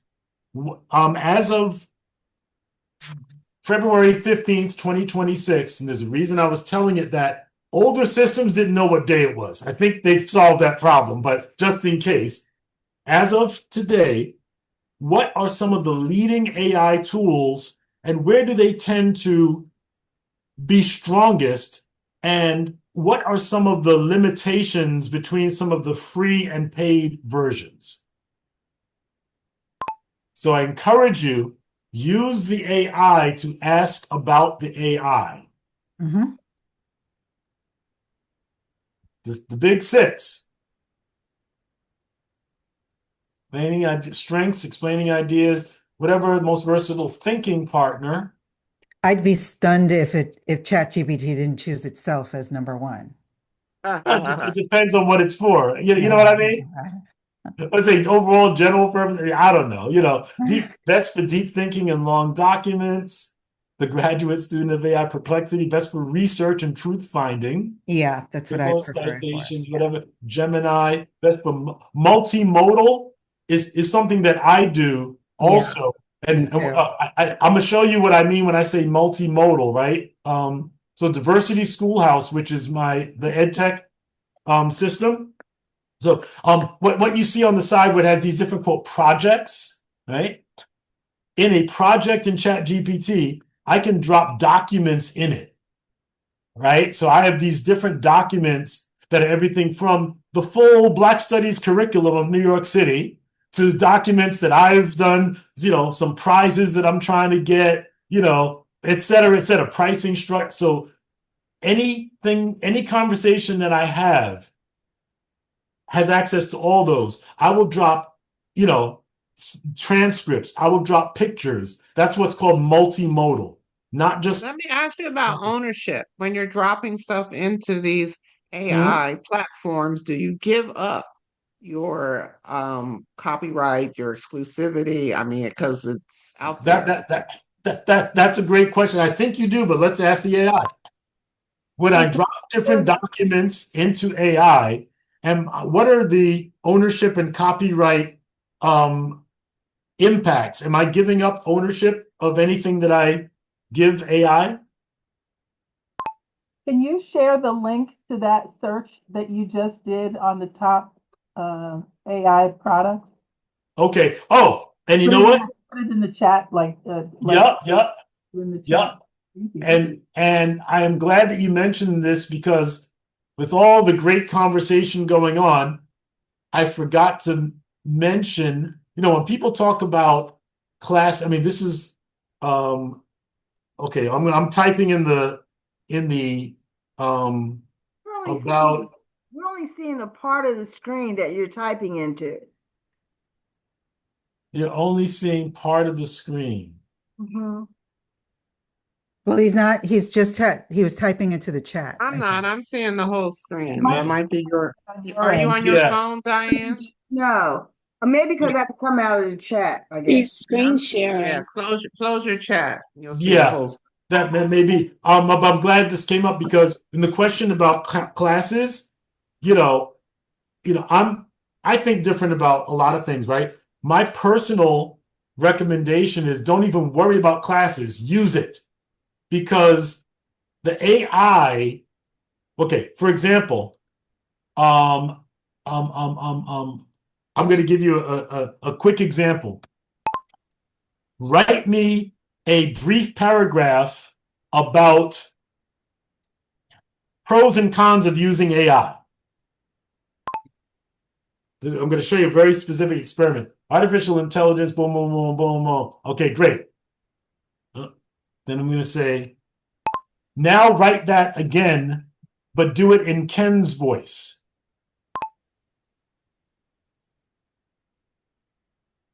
So, AI knows me. It knows how I talk. It knows what I care about or not. So, so this was what it said without that prompt. I see someone say, I write my work emails in Sarah Haynes' voice. So this is closer to what I would say. Not exactly, And so I'm bringing this up as an example because I find that by using the tools, I learn how to use the AI better, and the AI learns how to interact with me better. So, anyway, yes. But on the copyright question itself. Let me jump in and give an example. I was sharing with Ken and some of my friends. So I was on Facebook or something, and they were asking for Black women to, they were putting together a symposium or something, and did you want to be a part of it? And so I went on something. I maybe gave them like 5 sentences about myself, thinking that okay, they're going, if they're interested, they'll circle back with me. I'll be on this panel or committee or what have you. So I answer, just a very generic question. I mean, literally, it was 4 or 5 questions, 5 or 6 sentences, nothing major. They asked you, like Ken just did you want a graphic? If you wanted to have a graphic, what would it look like? So I told them that I wanted, Black women, all with natural hair, blah, blah, blah. Ooh, within 5 minutes, y'all, maybe 7 of hanging up, hitting the send button, because I'm thinking somebody's going to contact me and we're going to do an interview and they're going to say, oh, yeah, yes or no, right?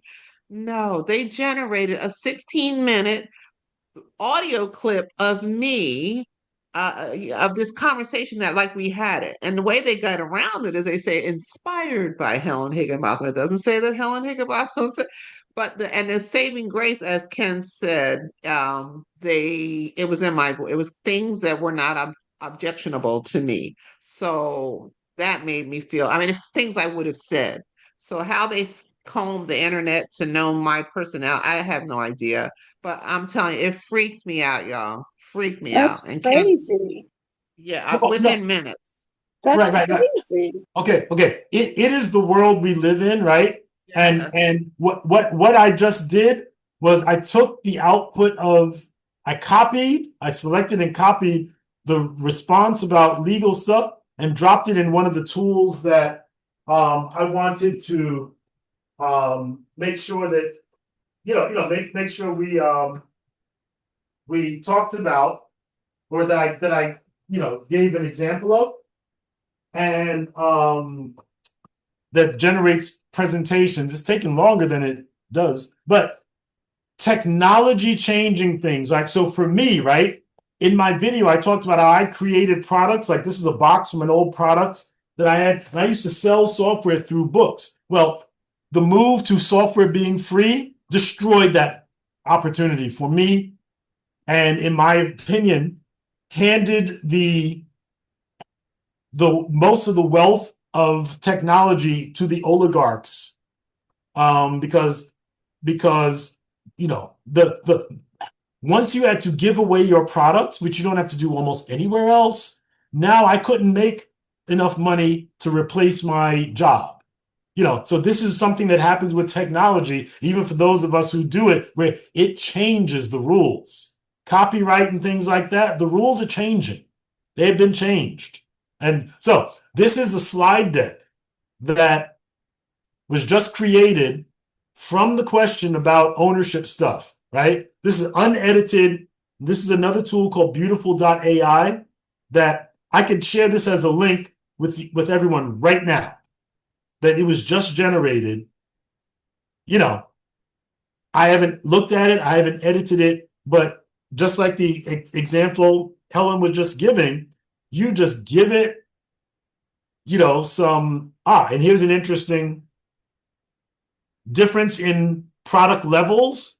So if they have quote enterprise uses, that may be a thing also, where just like there are a lot of services that you use it for free, but we're going to give you ads. You pay us, you don't have to do ads.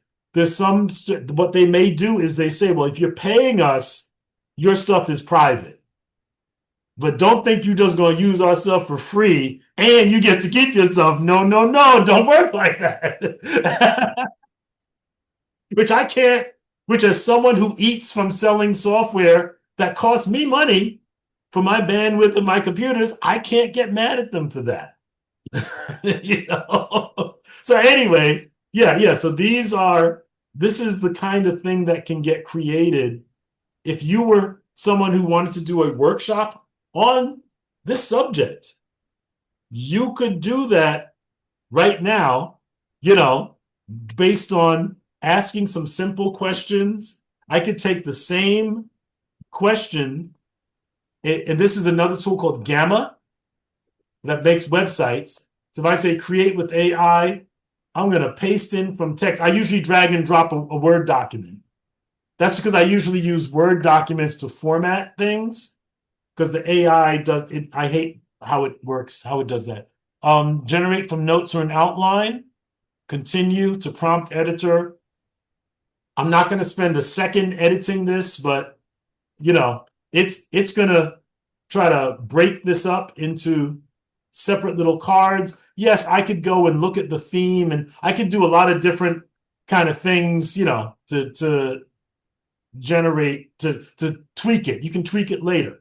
But because we're going on 2 hours, and I'm just saying that because I want to respect y'all's time. No, I'm saying I'm respecting you folks' time.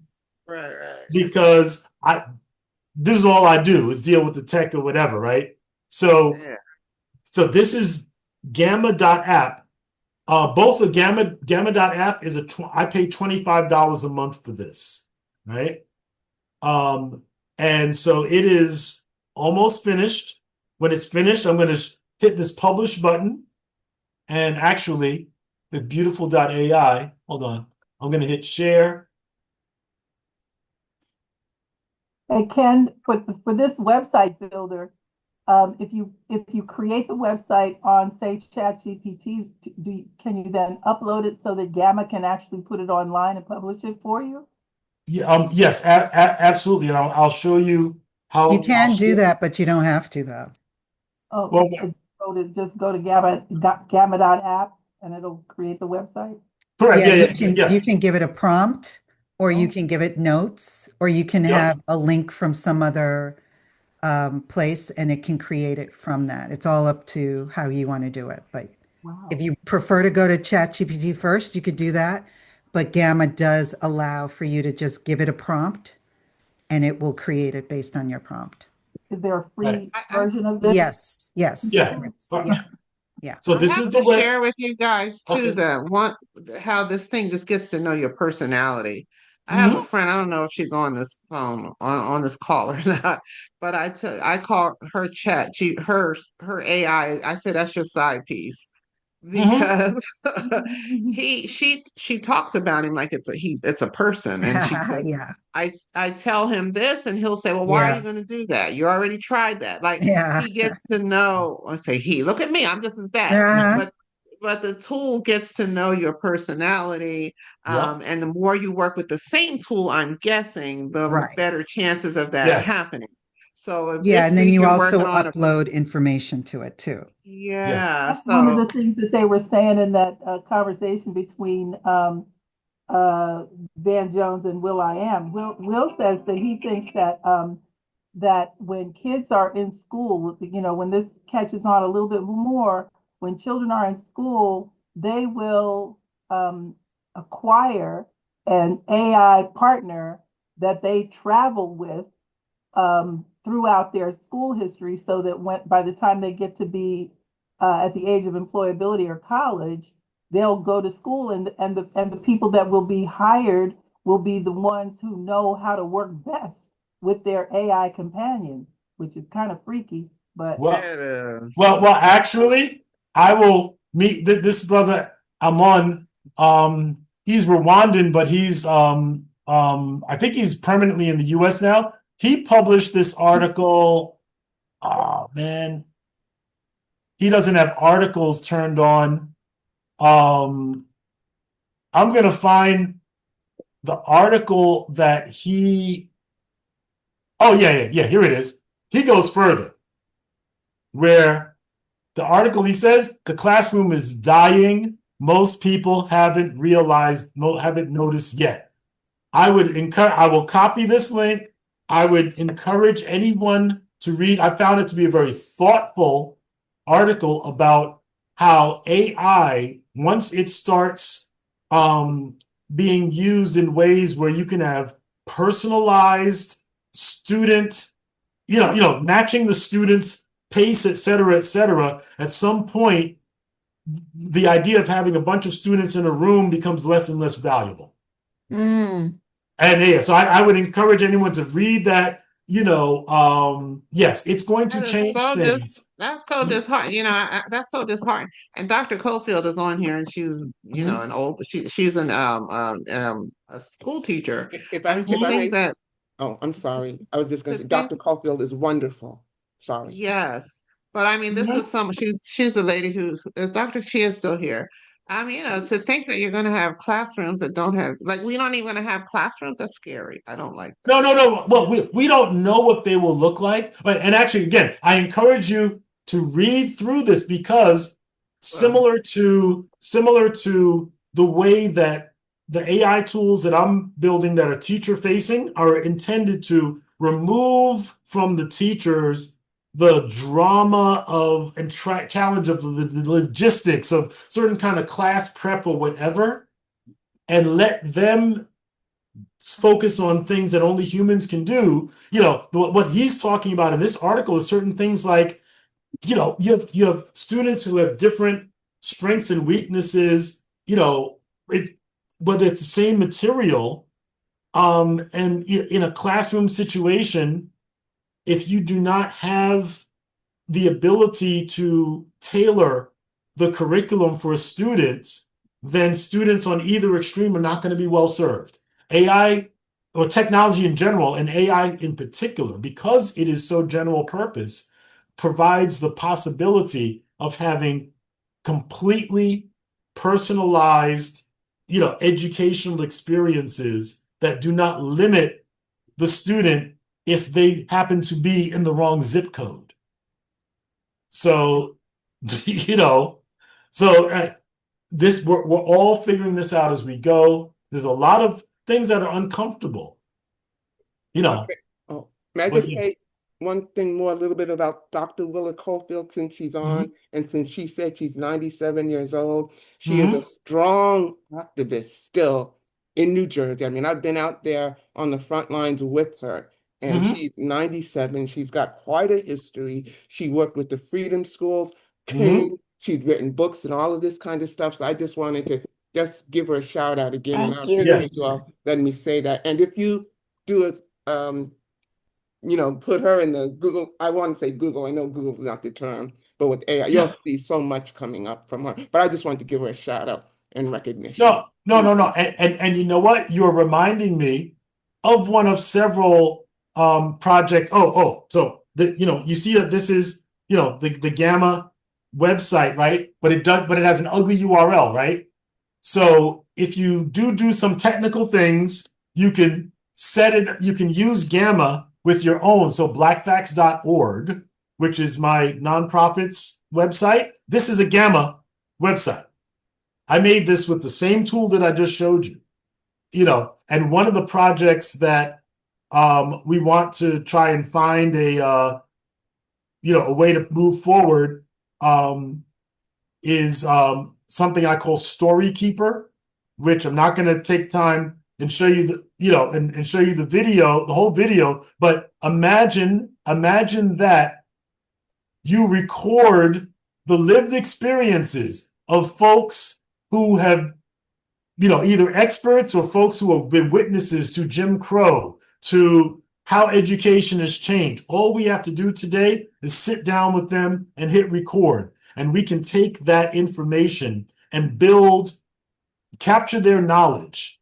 One of the problems with oral histories is that they only are around when the people who either spoke it are there or the people who they told. And we will never know how much of our history has been lost forever because it was never written down and now today was never digitized. All it takes is to have one conversation with the record button going, and that information is available to all future generations unless they turn the lights off. So, and that's where we are right now in terms of the potential to protect our stories, to protect our knowledge, and to use it among ourselves, and to use it to, to make sure that our educators, like her, are remembered centuries from now. We can do that, folks. In fact, she did the 9 o'clock whistle. That's a documentary. So she's wonderful. Yeah. So I'm really encouraged. I think there was still some hands or. Oh, wait. While we're at your page, Ken, I do this want page you. or the other. No, while we were on your Black on this one on the foundation page. But wait, this is what I want. I want you to please, while we still have some folks still left on this call, to talk about the project that you're doing, and how we can support that effort. Okay, and I think you're talking about the Black Facts for Family. Yes, right. So blackfacts.com, is for the public. That's free. That will always be free. So we don't make any money off it, right? And we're not trying to. The Diversity Schoolhouse EdTech system, that is in schools in 14 states now. If you're an educator or educators, I would love to talk with them because this is what we use to help folks teach Black history, on any internet connected device. My response to Project 2025 was Black Facts for Families, the idea of what if we had a Netflix for Black history? And so since obviously time, we're not on the clock anymore, and it's only 90 seconds, I want to share with you this video about Black Facts for Families. Hi, my name is Ken Granderson, and I've been using technology to teach Black history since 1995. We started in 95 on desktop computers and CD-ROM. In 1997, we brought Black history to the internet with blackfacts.com, the world's first Black history search engine. And since 2023, we've been putting Black history technology into schools across the United States with Diversity Schoolhouse. Now, in 2025, we're launching something new, a version of our platform for your home, so families can learn and teach our stories together. It's called Black Facts for Families, the home edition of blackfacts.com, designed to put your culture into millions of households, regardless of what big tech or big government tries to erase or rewrite. We're raising funds to make this happen, and we invite you to visit our GoFundMe page to see how you can support our mission.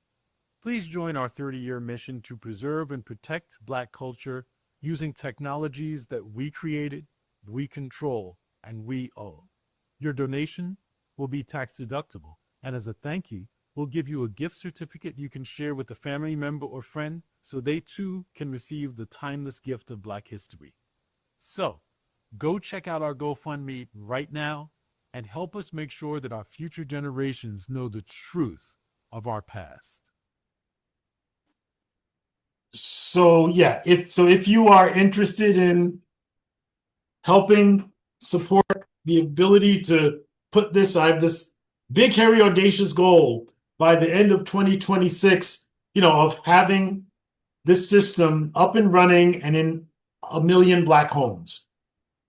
To be clear, when I mention it's tax deductible, so we're doing it through our nonprofit, we do plan for it to be a product that will cost money, like about $60 a year for 3, we might say go up to 5, but 3 family members. As a nonprofit, yes, it's tax deductible. We can't give you anything of any benefit, but we can give you a gift certificate that you can give to a family member or friend that is of the same value or even more. So that's, we're going to encourage those, give the gift of Black history. That is what, something that we're doing, that if you can share that crowdfunding link, we appreciate it, because we're not in it for the money, but we darn sure could use it.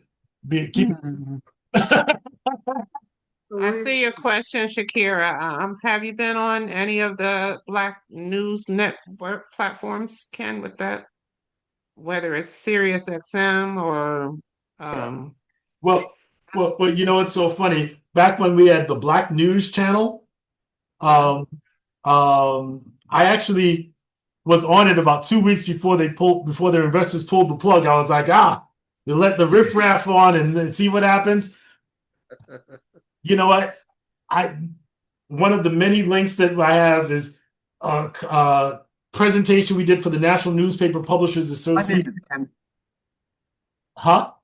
No, go ahead. Somebody just needs to mute. Go ahead. Okay. Yeah. Unfortunately, we have not gotten interest from folks in Black press, and actually, one of the reasons I've been so excited,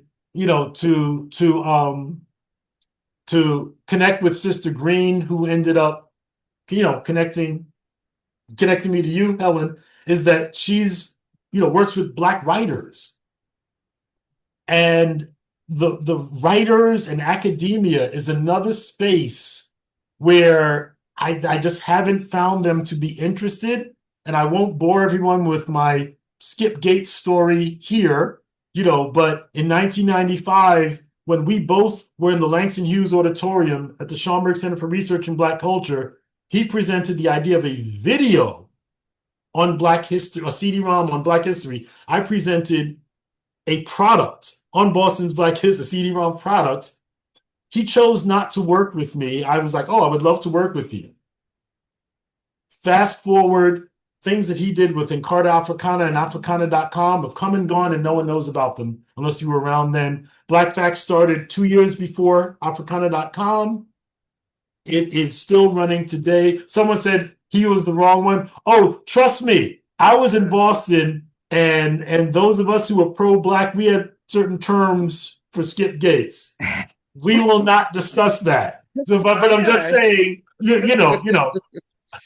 folks in museums, folks in academia, they just haven't been interested. And I've been so challenged, because I believe that if we could get some of our Black museums interested in virtual tours, then 100 times more people who will ever set foot in their space will get to see, experience in some way their stuff. I costed it out. If you're, say a mom living in Compton with a few kids and you want to go to the Smithsonian, everyone says you got to do 2 days at least. That's a $2,000 to $3,000 trip. Most people I know don't have, they can't miss money like that. And you know why else that's important? Because we've got an administration right now that's stripping our museums of, right. So you can close a museum, but if it's already recorded and online and whatever, close the damn museum. So, yes. Thank you everyone for recognizing that, because that's like the simple idea that I've been trying to help us see that they can't stop us. They have to unplug the electricity. They have to unplug the internet to stop us. So I don't know if there's more questions or Concerned that they will shut down the internet because Yeah. right now we are only getting this administration would like us to only have that news that they want us to right, have. Mhm. right. Um I and agree. and Helen, more and Helen, more and more people are getting their news, as they're saying, Yes. from the internet. Yep. So I don't find it far-fetched from Mhm. social media. So I Mhm. don't find it far-fetched that if we continue with this current administration, Yeah. they are going to shut it down some kind of way. Now, what that looks like, I don't But, know. But we and, laugh about it, but no, it's oh no, something no, that. I'm not laughing. And what's even scarier, No, I'm not. up, Yeah. up until this administration, I think most of us figured, well, we're going to get different kind of folks running, but the past is the past. These folks are changing government websites Yes. about the past so that kids coming up were not, if you go to, you would think the government was a trusted source about what the government did, but no. So No. they're messing with things, even at that level. So yeah, it's really up to us. It is so up to us. But the good news is we have the tools, for our education and our information literally in the palms of our hands. We have the tools. Yeah. Vanessa was trying to come on and she put her question in the chat. How can this be used in churches to expand ministry, especially health ministry? Oh wow! I'm laughing um because yeah we can keep having this this conversation because let me go back to the screen. So, our Black History in Our Churches project that we did in conjunction with the Adelaide Sanford Institute. Um, Adelaide Sanford is a sister who I need to learn more about. She seems to be sort of like the Carter G. Woodson of education, in New York. But this is a project we tried to get it going last year, where it's like a curated subset of our content to make available to churches, whether it's in a service or an after school or whatever, connected with a follow-on opportunity where if instead of a school getting the big system, the churches, if they got it, and for schools, we were only asking, it's targeted towards like urban schools, like $2,000 a year for the entire faculty. For churches, we were going to do $500 a year. And if members from the congregation subscribe to Black Facts for Families, we'll give the church 10%. Okay. And so, can you hear me? yes. I'm interested in learning more about this. We're doing an oral history project at my church. Okay. So I would like to know more about this and how we could do it at my church. Helen has my contact information, Okay. or she can give me yours. This is Yeah. And please, share my contact information. When I say we tried to do this last year, here's what happened, right? Here's the challenge. And this is why I started the nonprofit, and we're trying to find funds to do some things like we need to hire someone to run point on all these things. I'm trying to keep my lights on, real talk, as well as, grow, et cetera, et cetera. This project is one of the things that we're trying to do because we think it's important, not because we think that it's going to be something that makes money. So if and many of us in this room have probably tried to work with volunteers. And my thing with volunteers is unless you're in circles with independently wealthy folks, one of the challenges I face with volunteers is that they're one life situation away from not being able to show up because this is not their job. Right. So I'm trying to find a way where I can pay somebody to follow up with the pastors. under the nonprofit, I want to raise the first $1,000 is going to go to a projector and a screen because some of the churches around me, they don't even have that. And so, we really want to make these things happen, but we are constrained by our resources. And so again, I don't know what else to say. There was one statement or actually a question that I think we should try to get to. I can't pronounce the first name. Dale Ketro? Yes. Oh, okay. Excellent. Did I pronounce that correctly? Because I hate it when I miss out. Oh, excellent. Says for my original music, especially as an African American, I pay a fee in Sondo and Zeely, and they are supposed to take my suggestions for imagery, and they don't always get it right. I want Black images. Sometimes it takes my likeness and makes me look Indian or adds white people when I didn't ask for them. And then you have to pay more for accuracy. That actually is a pain point that I've had with a lot of these generative AI video tools. And I use a lot of them. There is a little bit of a workaround. It's a bit tedious. I'm not familiar with Sondo and Zeely, so I don't know if those are more music tools, and then you can do some video with them. More music, yeah. Okay. Because even when you do like some of the tools that I'll use is, especially if I want to do animations, like Hedra is one of them. There's another one that's called Syllabi. Um, and when you put in whatever it is that you're asking it to do, even when you say Black people or African American, 99.9% of the time, it's going to spit out a white person. Why? Because the creator is white. And so they don't put in, Ken can talk more about this, but they don't put in the necessary parameters. And I believe that documentary that you mentioned, yeah, she focused on that as well. So my workaround, it's tedious and it's multiple steps, is I don't necessarily have to do this anymore, but I go into Chat GPT and now they have that image creator. They do have some sort of templates that you can create. But if you create a prompt that will allow you to take either your own, and in my instance, I always want to animate myself. So I'll take my photograph and I'll upload it to ChatGPT and I'll give it a prompt and say, I'm a Pixar styled fanatic. And I'm also in the process of writing a Pixar styled movie. So that's on my brain. So I give it a prompt and it will turn my photograph into whatever it is that I'm asking it to do. And it'll look like a Pixar still image. From there, I then take that image and I'll go into something like Hedra and I will ask Hedra to animate it. And I'll have it animated by matching what my narrative is going to be. So I will upload a script. They have a partnership with 11 Labs, which is a really good tool when it comes to mimicking or cloning your voice.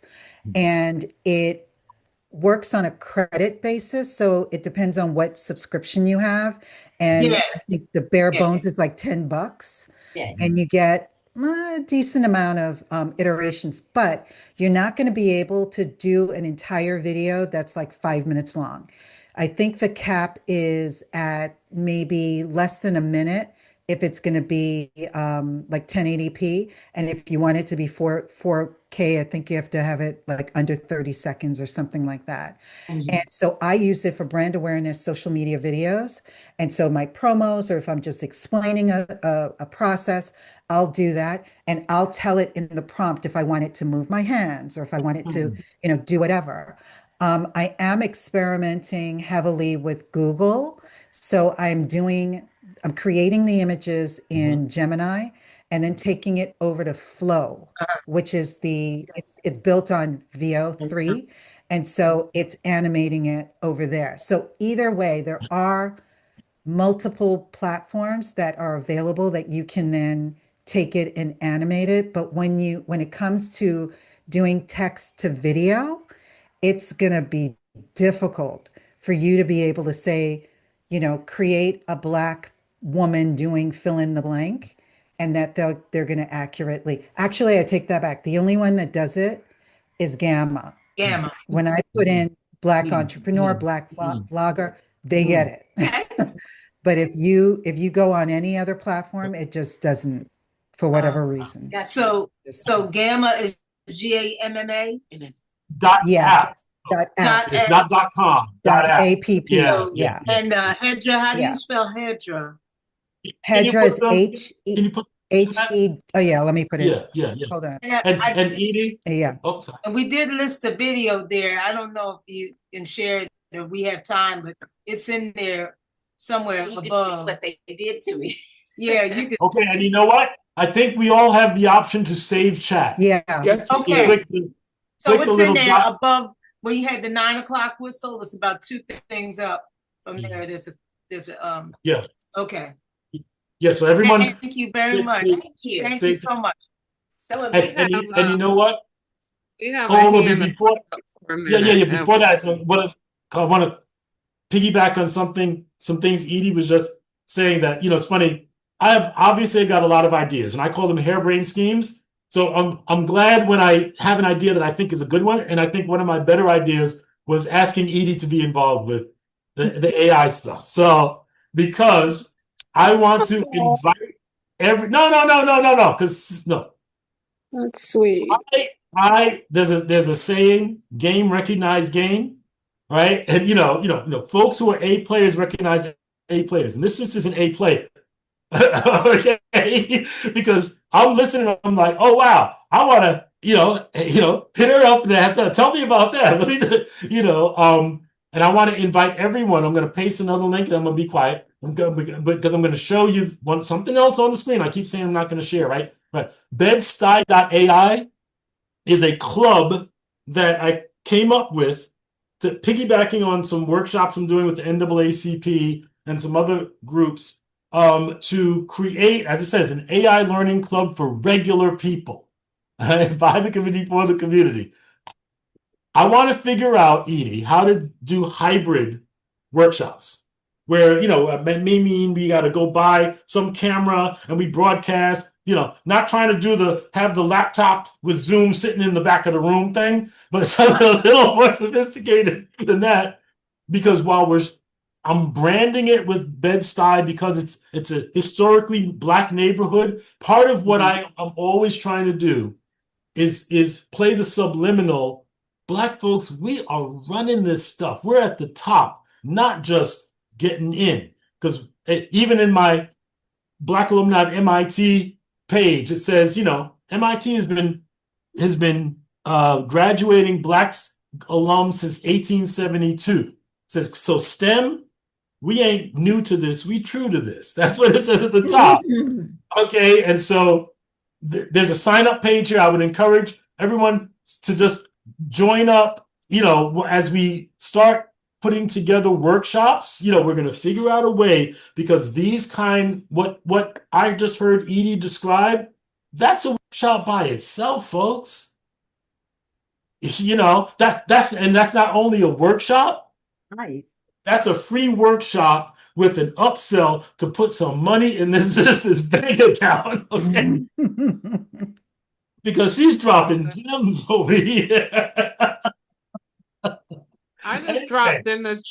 First of all, let's get to Muneen's question. Muneen, do you still have your question up?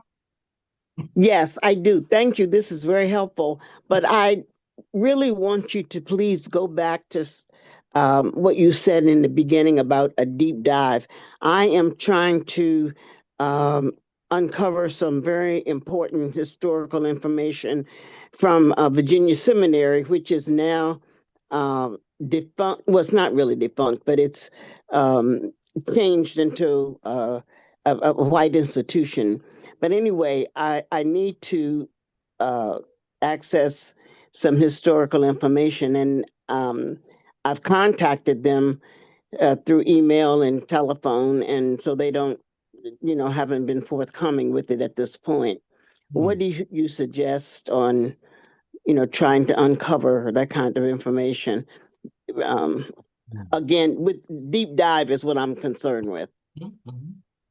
I don't know, Edie, if you have thought, the things that come to mind is, first of all, if the information has never been digitized, Right. then, I hear two potential issues. One is the information, and the other is talking to people who, at least on paper, are supposed to help you. I think AI can help you with the latter one, trying to find the people.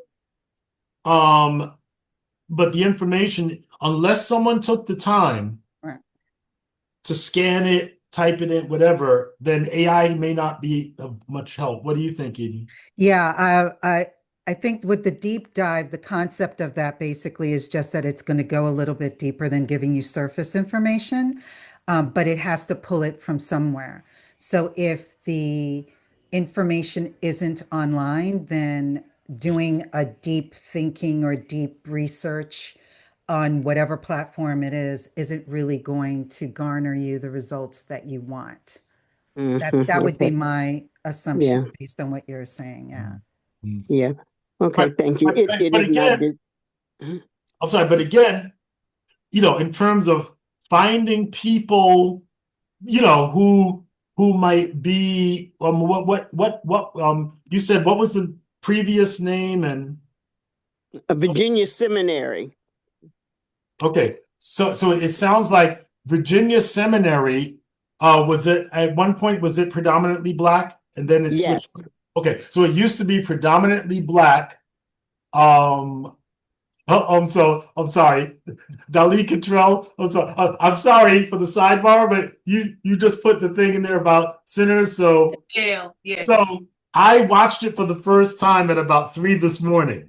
And I was just like, oh, this was such a Black movie in a good way. Anyway, so but let me get back to the thought. All right, so it used to be a predominantly Black, and now they're mostly white folks running it.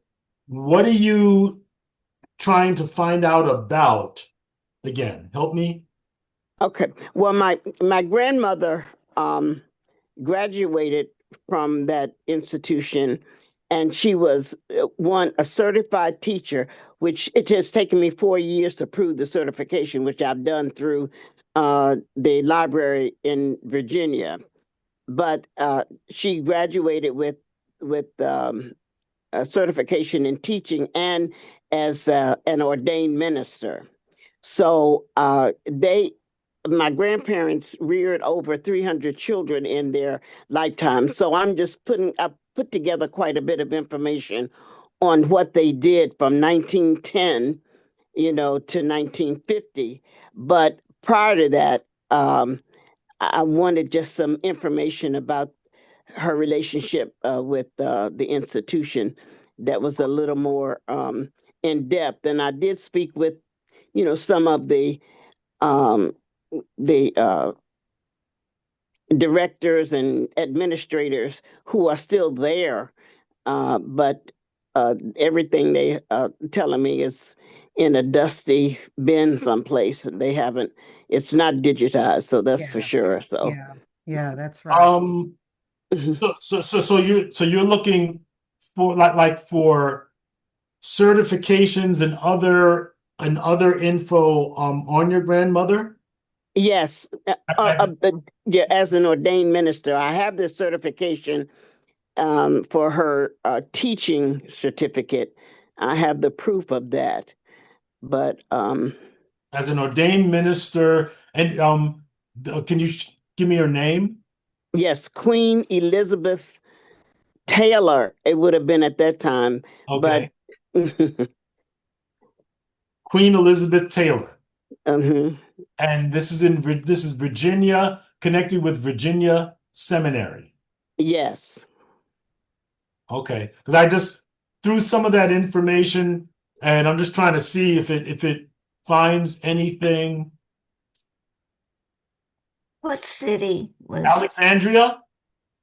No, no, I don't believe I'm not Lynchburg. Okay. Okay. Lynchburg, Virginia. Okay. So it was in Lynchburg. And how is Taylor spelled? Right. LYNCHBURG. Oh, yeah. Well, what about approximate year of birth, city, state she lived in, denomination, and any church name? Yeah, 1898 is when she was born in Buckingham, Virginia. Okay, born in 1898 in Buckingham, Virginia. Right.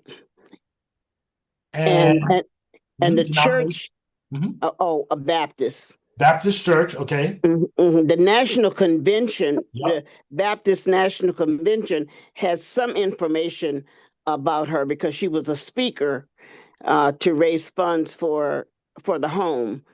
Okay. So she was a speaker. Sorry for jumping in, but because of the way the tech is working right now, I'm telling it some of this stuff, but I have to repeat it, and I'm never going to be like an interpreter when I grow up or anything because I can't remember things long enough to send it back. So she was a speaker for the National Baptist Convention. No. Okay.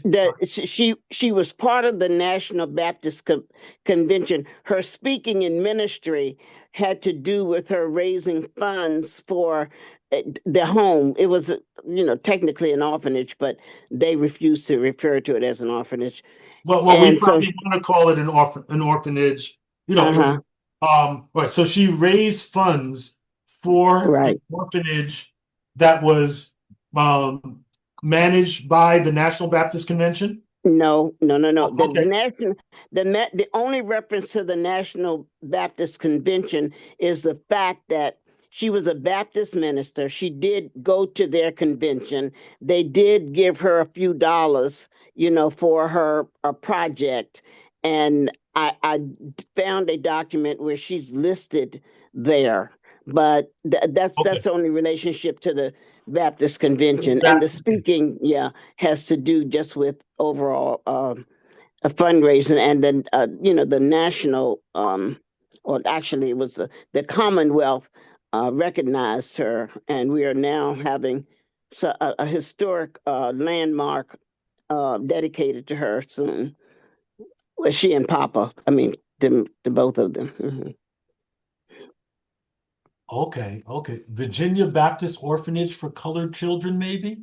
Later called Virginia Baptist Children's Home? No, it was called the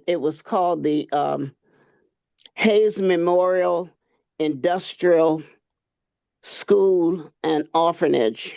Did you say Hayes? Hayes, Hayes. Memorial School? Industrial School. Okay. Industrial School. School and Orphanage. You got some great detailed information. And there's a sister in Chicago. I haven't spoken to her in a while, Angela Ford, who has a company called the Obsidian Collection, where she's been trying to digitize a lot of Black press. And I thought about that because one of the things the AI has been talking about is suggesting trying to find Black newspapers. Yes. So I don't know if she may have, there's a real historical figure, Queen Elizabeth Taylor, Black Baptist minister, boom, boom. Does this sound like? I'm sorry, say that again. I didn't hear you. Queen Elizabeth Taylor says 1874 to 1956. Black. Sometimes the information isn't completely accurate, but right. Does this sound like she wasn't a minister in 1874. It was after. Can you see the screen? I don't know. Actually, I can't. Unfortunately, I'm on my phone. Okay. No. My bad. Okay. All right. So I'm actually looking at. I think what he's come up with will be very helpful for you. Yes. So I'm going to suggest National Register of Historical Places, Cemetery Form. So I'm not sure if that is a really helpful document or not. But so one of the, all right, I'm going to copy. Can you see the chat? Yes. All right. I'm just going to copy this little paragraph and see if that, if you think what I just pasted, do you think that is Nana? Okay, that one, hold on. Uh-huh.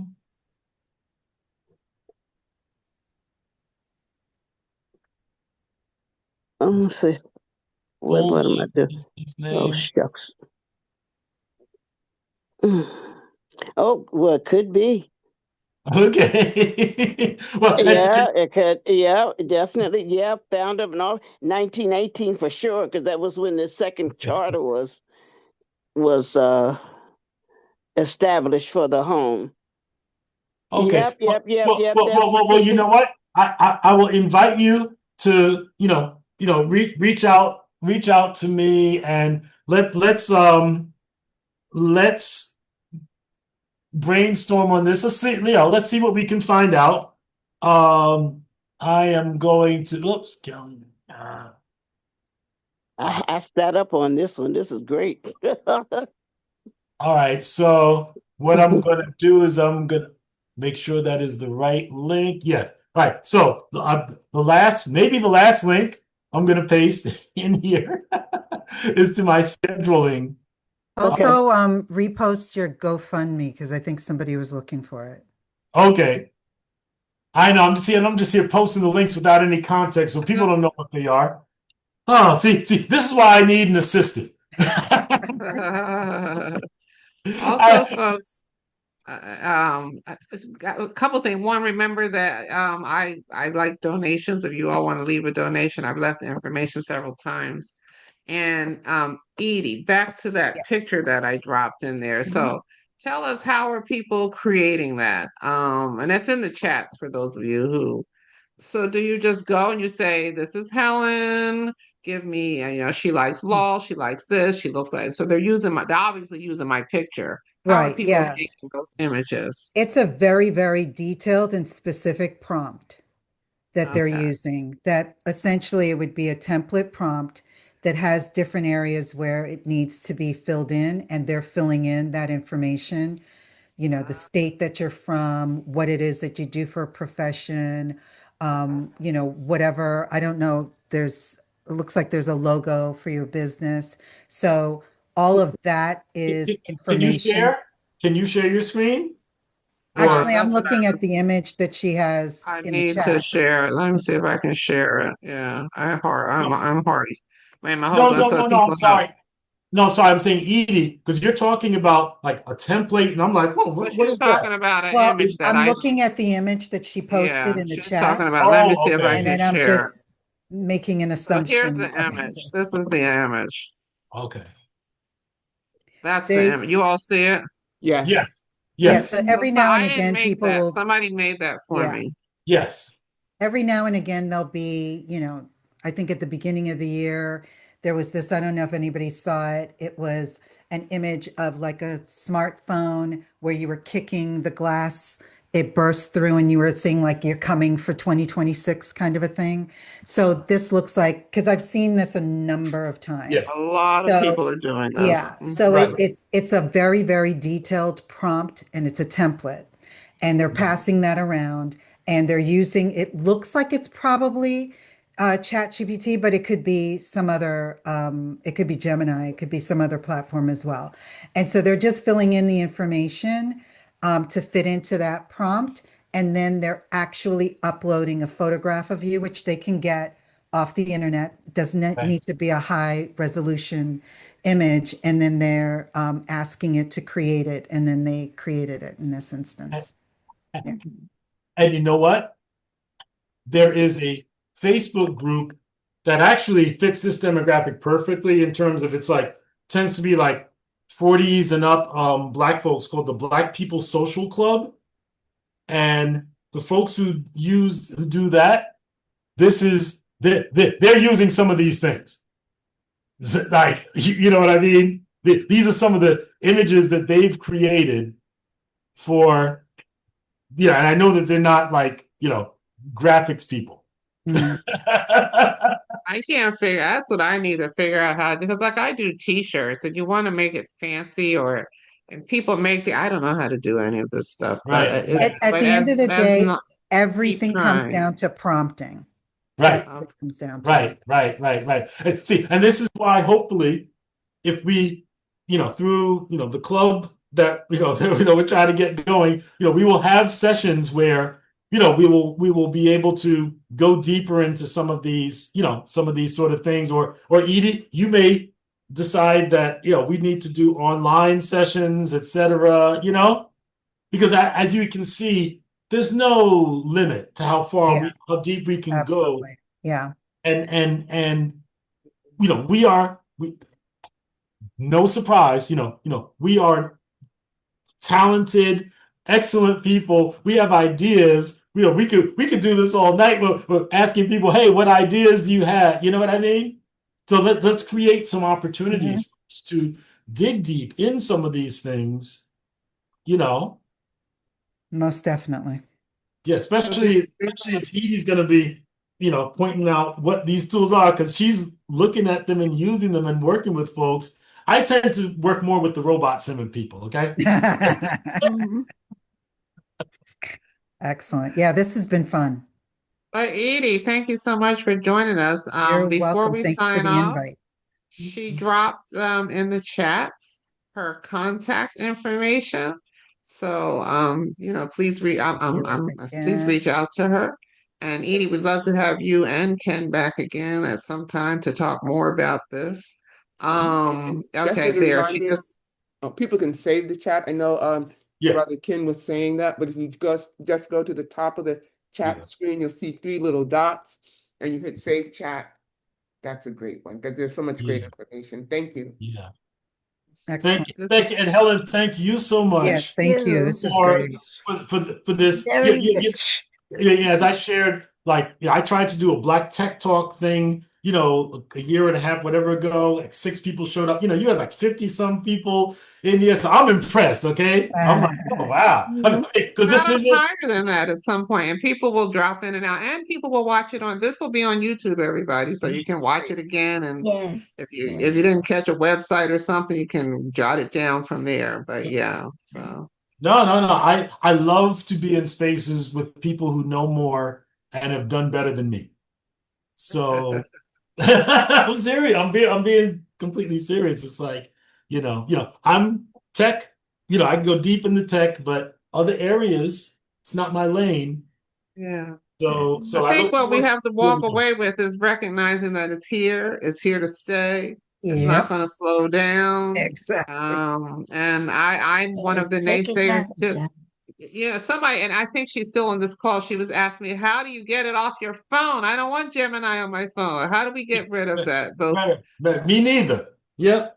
And remember we spoke about that. I said, I'm just lazy about some things. So when the Gemini thing pops up, I just cancel. But I said, I will ask the AI how to turn off the AI. You have to go into the settings and just remove it from your settings. Oh, it's everywhere. It's on your everything phone. Is it's built on your in. laptop. It's like, stop. Copilot. I'm like, I know how to write and I know where you are if I need assistance.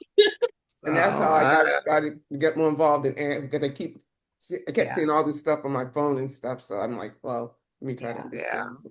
It feels very intrusive. And of course you feel like it's no such thing as a private conversation. Like never. If you have a smartphone and if you have iPhone, I would definitely then deactivate Siri. So, because to me, Siri is worse than, Gemini. I don't have any of those people in my Siri. What's the other lady? None of them are in my house. Yeah, I don't know what Alexa. I don't know what the Android is. There's one for the Android, right? Something's in. I don't know. Bixby is built into Android phones, I think, separate from. But Helen, I think you were talking about Alexa. Alexa. Yep. Somebody gave me a little echo thing. So I'm like, I'm right? good. Yeah, I ain't doing that. I hear you. Yeah. They are listening to you. And let me ask you about Black Facts. Do you have a Facebook page? I'm wondering, am I following you on Facebook? Do you have Black Facts? Right.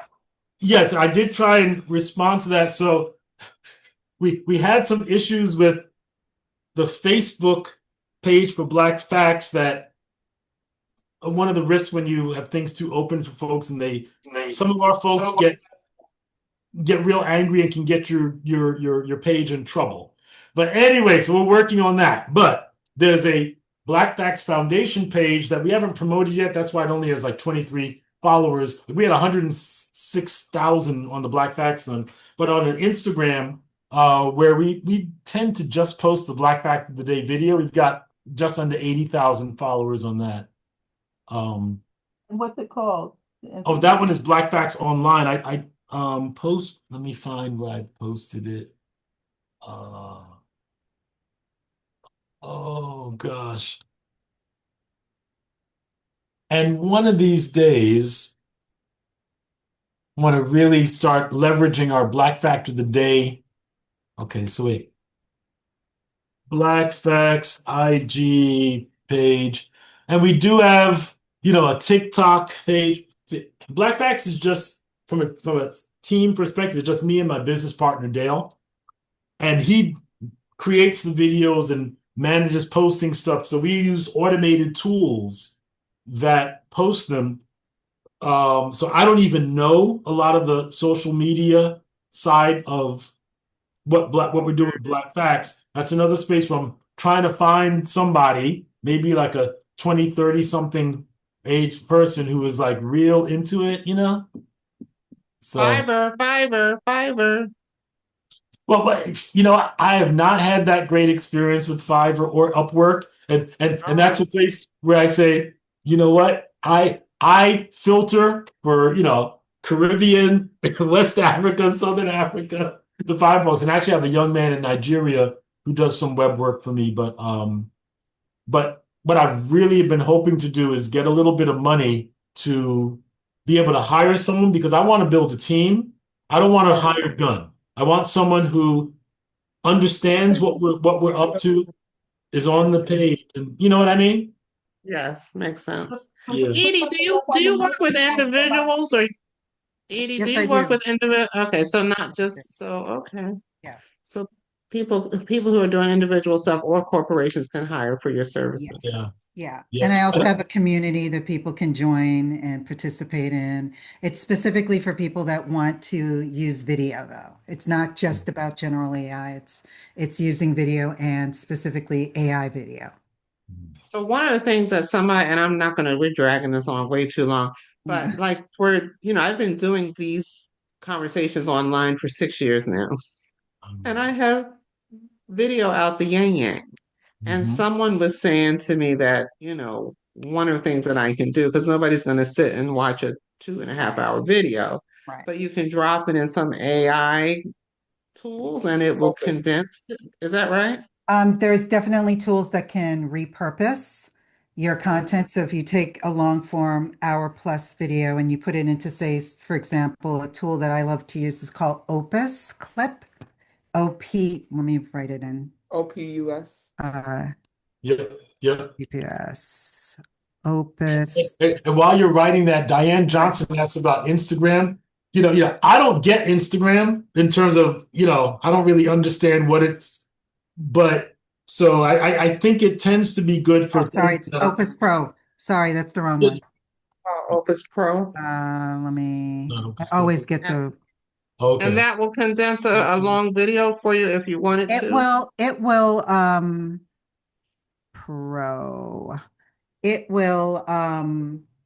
repurpose it into short. You can tell it how long the clips are that you want. So you could say you want to condense it into no more than 3-minute clips. You can tell it what kind of video it was, whether it was a webinar, whether it was an interview, a workshop, whatever it is. And then you can even narrow it down a little bit more by saying that you want to talk, or you only want it to pull clips on a particular topic that you spoke about. And then you let it do what it needs to do. And basically what it's going to do is it's going to create all of these clips, and it's going to rate it on a scale of 0 to 100. And it's supposed to be what they call a virality score. And so people will assume that means it's going to go viral. They're not guaranteeing that it is.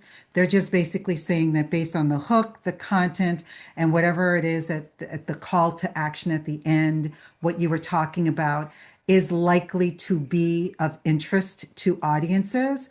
And so the higher the number is, the better it is. I tend to look at anything that's above 80 as a good metric and then use those. And it can publish directly to the social media platform that you want as well. And that's one How much? many. How much? How much? Because you just sold me. I'm paying for that annually. I want to What's think the they're in monthly? the 20 a I think month about range. $15, because Yeah, I was gonna say it's like under 20 bucks a month, I want to I think, think is what it is, right. but I Really? can't I'm remember still off the top. listening. Still listening. Okay. Let me see. Let me see. If Okay. you pay for it by month, sorry, I'm wrong. Starter is 15 a month, and Okay. then their pro is 29 a month. Mhm. I guess it has certain limits, but what you just described was really fascinating for what we do. We have Mhm. all of this. We have over 1,500 videos. Yeah. And so it will, obviously you get it's a credit system. Most AI tools are going to Yes. work on a credit system. I do love it. I'm somebody that will test out a bunch of different tools before I settle on one. And I had tried probably about 3 or 4 different ones before I settled on Opus. And I've probably been with Opus for about 2.5 years now. And what I do like is that you can reformat your video as well. So obviously this is going to be landscape. And so when you put it in there, you can But the reformat shorts it like to be to a portrait. vertical or Yeah. a square. And then you Right. can add captions. You can create your own layout design of what the captions will look like. You can have it with a watermark of your logo on it as well. And then you can show if it's going to be a vertical video, do you want your full face? Do you want your face at the top and maybe the screen you're sharing at the bottom or vice versa? You can do all of that within this tool itself. I have questions for you, so I'll be calling Right. you. And you know what, Edie? Yes. I think that kind of information, right? Oh, all right. So me, I'm cheap, right? And I'm cheap. Not You're economical. Uh-huh. Yeah. I like to make George scream. Okay, squeeze him so much. No, but seriously, you just described. I'm gonna translate something. What you just said is that what you said is that you experiment and work with different tools, and then we'll share that information, which saves me the time. So I need to be paying you for that information because the way I roll is I find a tool that seems to work good enough, and I'm gonna use that until the wheels fall off, until someone who has done what you do Right. says, this is what I use and this is why I use it, because the why is what takes more time than I'm willing to spend. Right. The why takes you hours and hours and failed attempts. I'm not trying to have failed attempts. Right. So I would encourage you to consider, and I would be the first to back the idea of at a free session, you're gonna go a certain level, but just surface. If you're using this for your business or whatever, and you want to learn the real deep stuff, you gotta help. Not help a sister out. It's not a help. It's Right. about because you're saving me money. You're saving me time. Exactly. So yeah. Because Yeah, that We that's what all I need try to to be. do with my workshops. So yeah. yeah. And we all on that vein, we all need to be better at valuing what we do Yes. because we don't value it, other people don't either. Exactly. Again, so if anybody wants to give me a donation I do this for 6 years, I've been doing this for y'all for Right. free. So Right. anybody who wants to leave, No, but that's real. This Zoom ain't free. Hello. well, We've that's been true. on a Zoom going on 3 hours. That the free one times out for 40 minutes, okay? Not the free version. I know. And the One recording last is still question. on. One last question before I let you go. And we put all this stuff in clouds. And back to the whole internet, right? So with the clouds, I think who really owns the clouds and who has access to it? And if the cloud goes away, all those pictures and documents or whatever, are they gone forever? I have a Hotmail account that I probably had since 2000. I don't even know. Hotmail, I haven't And heard that in a while. if Hotmail tomorrow says, or Gmail or whoever, when they say game over, I mean, I almost use my Hotmail like a filing cabinet, right? What's going to happen? I mean, I don't know how to back stuff up. Where do you back stuff up so that you really own it? I personally, I'll let Ken answer this one, but I'll just share what I personally do. I have an external hard drive on my computer. You got one of these. Yeah. And so I back it up in two places. I back it up there, and then I also back it up in the cloud. And the reason why I back it up on the cloud is the cloud allows me to be flexible, and I don't have to be at my computer in order to access it. So I could be in the bedroom on my laptop and still access a file that I created on my desktop in another room, or I could be away and be able to access it. So that's why I use the cloud, but that's not the only place where my content lives. I would never, ever, I've been burned in the past, so I would never do that again. So I always have an external, I think it's like a 5 terabyte external. I actually have multiple. I have 3 external drives attached to my computer right now. Yep. And so that's what I do. Trust me. Yes. So yes, Dale. Yeah. Yeah. I've got multiple. Yeah. Multiple external drives. Like anytime I update a laptop, like this is an old laptop drive. Yeah. This is a case that cost me $10. Right. Put this in, close it, plug the cable into my laptop. I got, I think this was like a 500 gig or whatever. Yeah. So yes, I have my own copies of stuff. Hotmail, Google going away, it can happen. I think if it does, we got bigger problems than your picture. But you've had some go away. You've had, AOL is no longer around. No. It is. My mom uses AOL. I got AOL. Yeah. What's AOL. the one? MySpace is gone. There's an email service that's gone as well that a lot of people use. Yeah, this is AOL coming up right now. I managed my mom's guy. And I still have AOL. I'm a dinosaur. I'm a dinosaur. No. But I mean the system going away thing, right? If you're talking about systems that have hundreds of millions of users and this and that, generally you get a lot of advance warning. And generally, like I said, if they go down, then we've got bigger problems. Yeah, that's true. Come on, look at what happened with Verizon. What, 3 weeks ago? Yeah, people right. No, but I'm saying when it happened, the home health aide that was supposed to be coming couldn't use her GPS, and so she didn't come. So that's what I'm saying. We have bigger problems than you can't find your pictures when these things happen. Yeah, but I'm just saying we're so technology dependent. Yes. And like I said earlier, back in the day, how many phone numbers did you have in your head? 1 million. Yeah. And now, if I know, I probably know 4 or 5 phone numbers by heart, and that's one. And one of them is my own. No, I get you. But I'm still trying to figure out how do you get things out of the cloud, Helen? I'm asking you. Yeah, I don't use the cloud. No, I didn't. I wasn't given a choice. I was told that it was in the cloud. Now I want to get it out. Right. Yeah. Good luck because you can delete things. I presume anything that's not on my computer, someone else has. And the thing is, depending on how you think about this, I'm happy to presume everyone here are good people.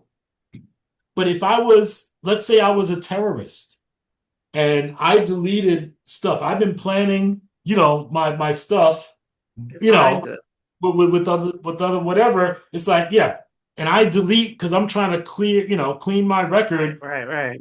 Yeah. So when you think about certain things, or I'm not going to mention, the issue that's on everyone's minds these days, if there are certain things that have been If they digitized. think that's the only copy of that, they're crazy. I think they're Right. crazy to think nobody else has a copy of the Epstein files. Call it what it is. Okay, I'm They're leaving. I'm ridiculous. leaving. Good night, everyone. Thank you so much. You all have been absolutely, positively phenomenal, but my head is spinning. Okay. I don't know who owns what, but my life is so boring. If anybody were to eavesdrop on it, they would not find much. So I don't care about my privacy, but I would like to have access. I don't know. I mean, like I know, like even with what is it? Microsoft now. I am not interested in OneDrive, and I have to keep constantly looking. Like, is it saving it to OneDrive? And Right. I want to save it on my computer that I have in my house. There's a cartoon that says that. I think with that, like with Word and stuff like that, ask the AI, right? Because there'll be someplace in save settings, etc. Where you can choose your default, computer, right? And then every time if they have major updates, many times you got to check again because some settings were reset. Every time they update my cell phone, they add stuff. So I have to go through there and delete stuff that I didn't ask for, didn't want. Yes. Yeah, I don't even know why. That's so annoying to me. That's so annoying. It's so invasive, I guess. I don't like it. And I will tell you from someone who, I makes a living creating software, a lot in some alternate universe where the idea of free software did not happen, we would pay subscriptions for everything.